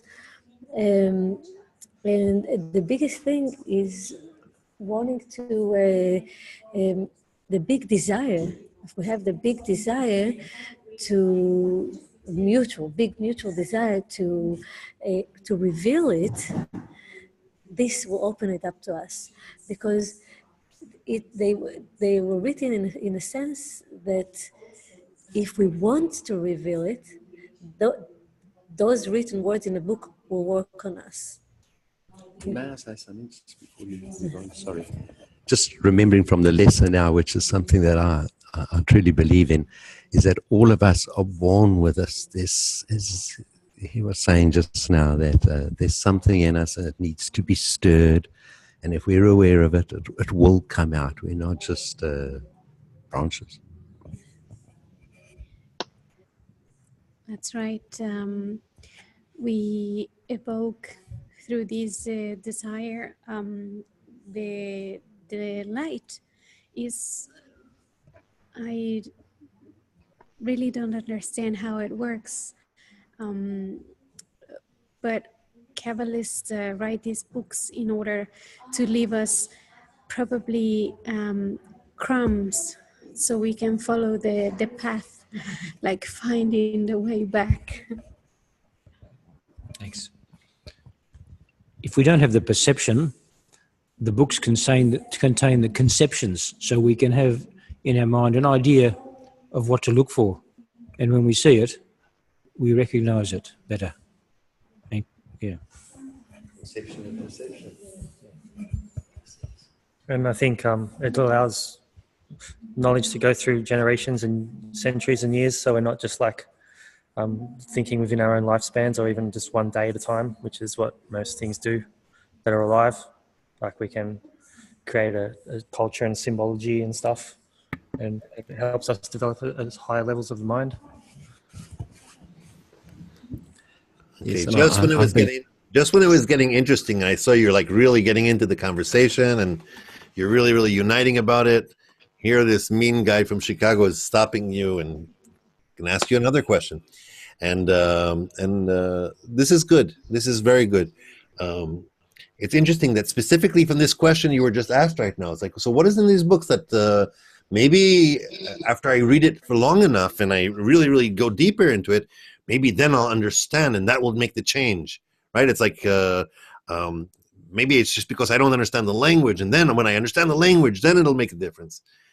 That's still me thinking in terms of everything I think about in this world, because everything in this world is usually, if I intellectualize it enough, I understand it, and then it's mine, right? Well, apparently, no, it's not that simple. So here's another question for you, and here we go. So the question is this. Kabbalistic books have a special force that can adapt us to the upper reality. How do we extract that special force when reading Kabbalistic books? Right? Kabbalistic books have this special force in them. We called it like the reforming light or surrounding light. So how do we exactly extract that special force when we're reading these books? Go for it. In difficulty. We have to probably understand that we've got to read it, not taking into account everything we understand about words before. I don't know, I need to think a little bit more about it. I don't want to say anything that you guys say you agree with when there's nothing to agree with. All right. How do we extract the special force when reading Kabbalistic books? Well, we always know when we read a book, it's like you read, you understand, you think, yes, I understand, no, you didn't understand. That's what we normally do when we open a book. But with Kabbalistic book, the only way to really be able to reveal it, to open it up, is by simulating the connection between us, by trying to intentionally bring ourselves back to this one soul, and only in that space the light that reforms can work on us to the point that we understand it. So only within our connection and us wanting to be connected while we're reading it, this information will be unfolded for us in the books. So we need to be It's something like tuning to hear the right frequency. If we have that special device inside of us, which is built when we are connected, that special device will tune the information that we require to understand what's in the books. Yeah, I agree with all that, and I think we need to also search for the deeper meanings rather than just the obvious. What symbolized, what's the analogy that is the knowledge that's being revealed by the analogy, the deeper things. I think a few things. One, you don't have to understand something when you first read it. You can just you don't have to stop because you don't understand it. You can just say, I'm going to continue reading and turn the page, and and reading something more than once is also a help as well. Maybe a couple of times if you really want to get it. And often if you use your imagination trying to understand something and reading other books as well. Because then when you start to get into this process of things, The last time it was my chance. I couldn't say anything, but listening to you. your own ego, you're staying with yourself. But when you start feeling, then all of a sudden you listen, you expand. It's just somewhere you're disconnecting for yourself. But how do you do that? So you've got to have that desire. You were talking about the desire. So if you desire to actually, you're aspiring to that higher goal, which is greater than what we have in our day-to-day life, and you read the Kabbalistic books, you all of a sudden playing with all the ingredients to make that beautiful cake. You have everything you need, and they set it up this way because remember they attained. So everything that has been written has that spiritual force, and we only need that desire to draw that light that will change us from within. Definitely. The desire to change is being confused by the desire for love, sex, all things in our life. So filling us up with this thing of achieving and all of these things that we have this desire. And as we reduce all of these things that we think we need, then all of a sudden grows that desire to actually what we really need to desire, which is finding the light and being the light. So I think in some ways it helps to reduce those things that we're relying on to fill that desire. Okay, friends. Heads up. And I have one last question for you. It's an easy one. Are the questions getting easier and easier as we go? Yes or no? No. Okay, that's good. That's life for you. What do you think? You go through, this is the conundrum of life. You go through first grade and you're a real good student, right? You did everything. You got an A on all your tests and you're all that. What's the gift that you get in reward? Harder work, second grade, right? And that's life for us. So here comes the same thing for us. Here comes a question, and this is hopefully will give you a little bit of inspiration.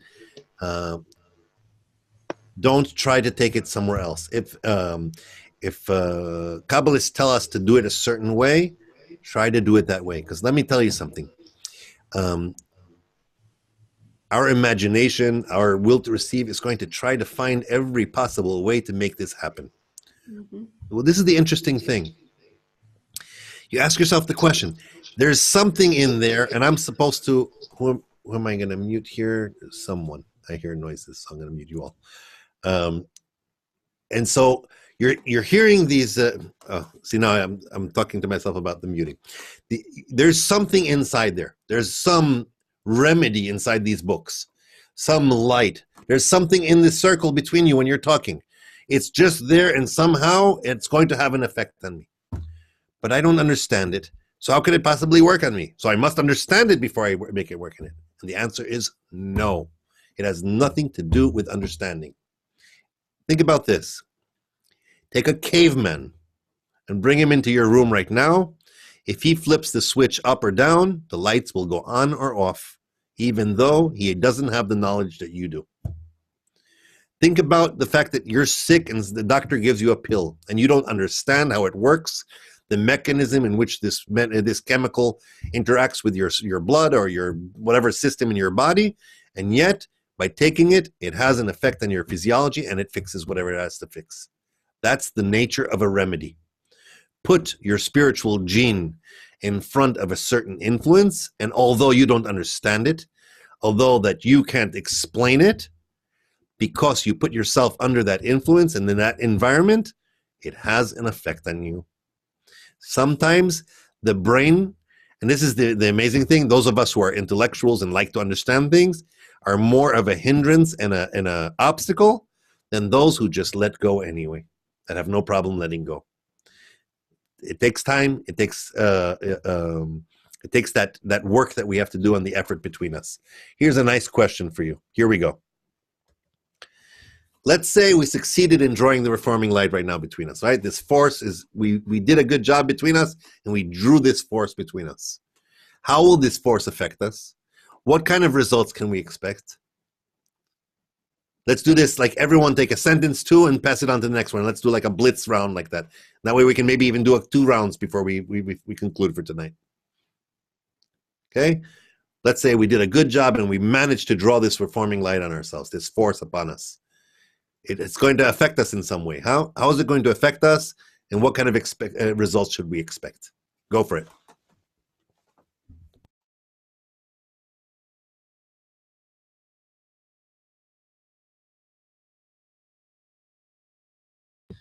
Sorry, sweetie. I'm going to go and look at some furniture. See you later. Bye.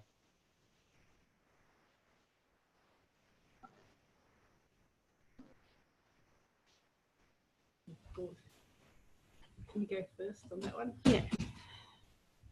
Let's say that we succeeded in drawing this force. How then will this force? I try to explain. I said the word like.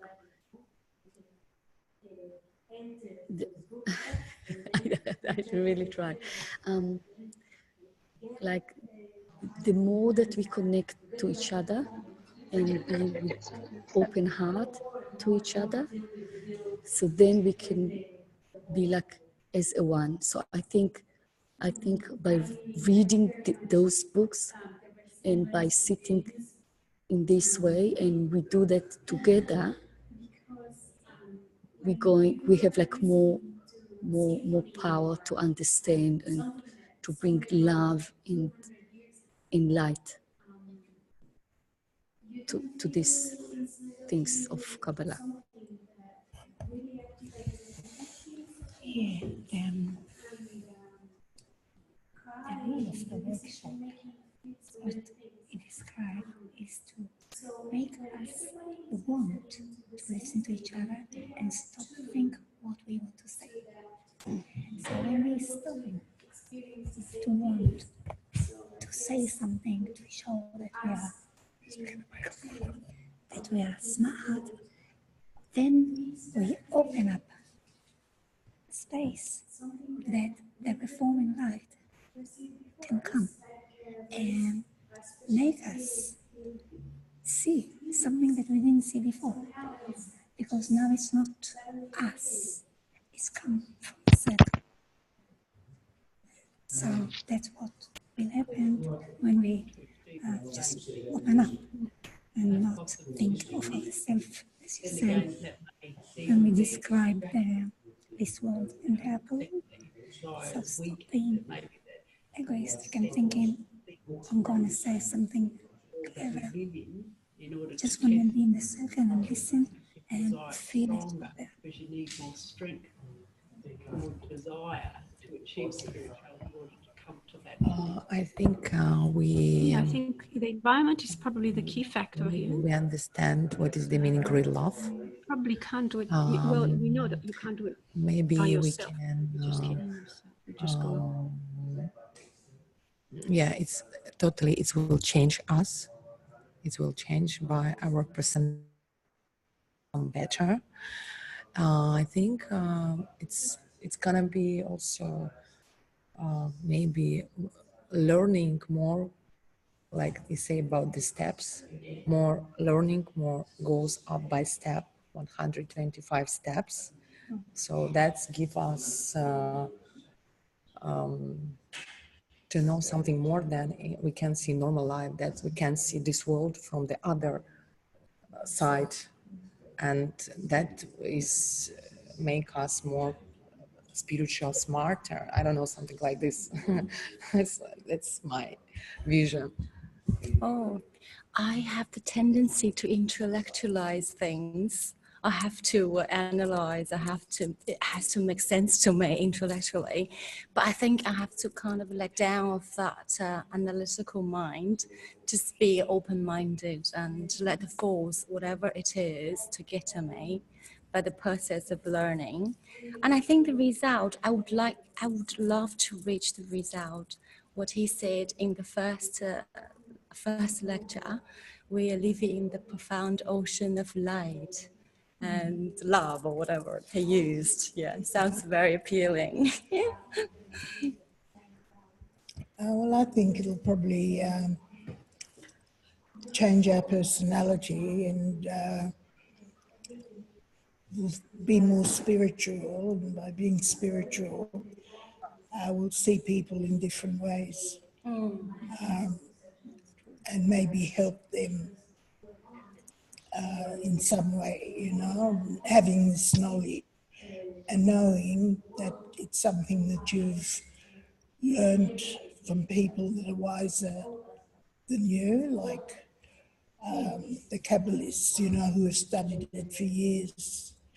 And they have this force in them to be able to sort of pick up this book and read it and interpret what it says, which is what you can't do on your own, I think.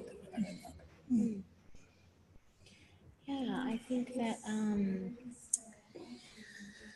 that once we understand a bit more about the root world, we will be filled with knowledge and spiritual enlightenment. And I think by that, yeah, as you were saying, like passing on that spirituality onto others, and maybe we can't do anything about fixing the physical world, but maybe if we were helping ourselves, like by reaching spiritual awakening, we can, that is a way that we can help the world in the physical world, because we will be together as one. Yeah, that's my opinion.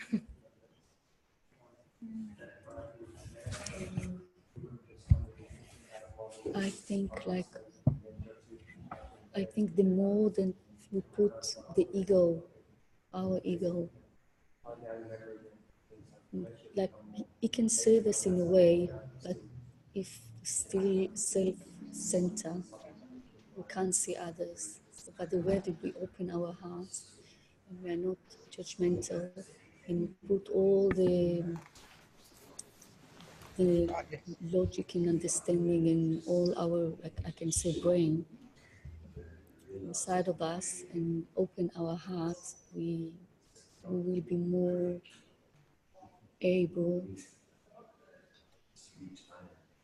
to bring new opportunity in spirituality to our life. Okay, friends, this is so sad, so sad. We're gonna have to conclude for tonight. That is like we never want to leave this kind of feeling. We don't want to leave a situation where we're so close. We could be drawing the reforming light right now on that surrounds our soul, that could wake up something in us, and we can actually start feeling something. Hopefully, something of what we did today clicked with you. Since if you want, in an essence, what we learn is that in order to make a change, something internally has to change in me. And that internal change that has to happen in me is so that I can actually open up my reality and have an effect on the roots. Otherwise, I am like everyone in this world, basically helpless, running with the blows, hoping that somehow things will work out, and maybe even being a little confused and delusional and thinking that we actually have an effect on things from this level. But if I can actually bring myself above the level of this world, and the great Kabbalist, Albert Einstein, I'm kidding, he's not a Kabbalist, but we like to quote a lot of times things that he said, but Albert Einstein once said, and it was a very, very clever thing to say, is that you can never solve a problem from the level that it was caused.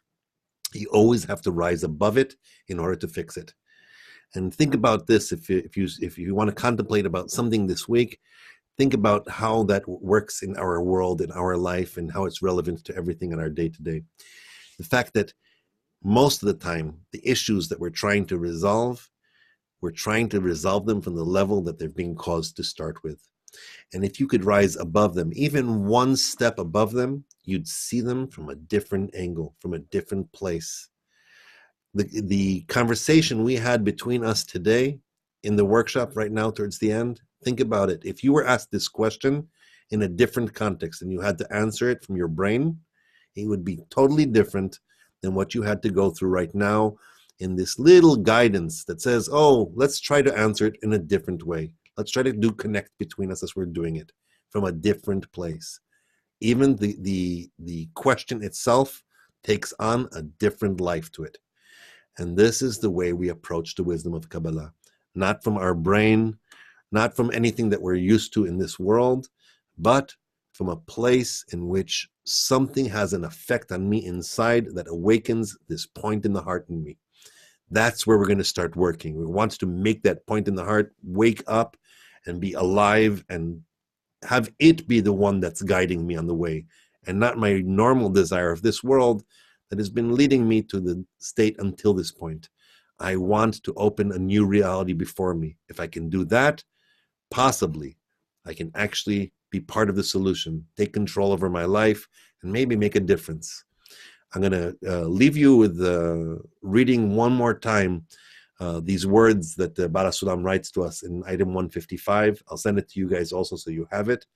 And we'll think about this concept of, you know what, maybe I don't understand it, but because I want to understand it, because I want to feel it, because I want that change to happen, I may have a way to somehow evoke that force on that part in me that needs to wake up. And here we go. Therefore, we must ask, why then did the Kabbalists obligate each person to study the wisdom of Kabbalah? Indeed, there is a great thing in it, worthy of being publicized. There is a wonderful, invaluable remedy to those who engage in the wisdom of Kabbalah. Although they do not understand what they are learning, through the yearning and the great desire to understand what they are learning, they awaken upon themselves the lights that surround their soul, which means that every person is guaranteed to finally attain all the wonderful attainments that the Creator had contemplated in the thought of creation to delight every creature. And one who has not been awarded in this life will be granted in the next life, etc., until one is awarded completing his thought, which he had planned for him. And while one has not attained perfection, The lights that are destined to reach him are considered surrounding lights, which means that they stand ready for him, but are awaiting for him to purify his vessels of reception, at which time these lights will clothe the able vessels. Hence, even when he does not have the vessels, when he engages in this wisdom, mentioning the names of the lights and the vessels related to his soul, they immediately shine upon him to a certain extent. However, they shine from him without clothing the interior of his soul, for lack of able vessels to receive them. Yet the illumination one receives time after time during the engagement draws upon him grace from above, imparting him with abundance of sanctity and purity, which bring him much closer to achieving perfection. And if we do this, and we really want it, and we try, and we make this effort between us to want it, to have this intention for it to have an effect on us, we will discover that sea of love and light that's around us, that surrounds our soul, that is right here, ready for us to wake it up and see it around us. Together, we will get there. I thank you very, very much for this wonderful experience together. Those of you who joined us, I hope you'll join us for the future of this course. And I hope you're all enjoying this great process. And I will send you a link to the recording once it's uploaded, and also to the last lesson. Okay? Thank you very much. You have a great, great week.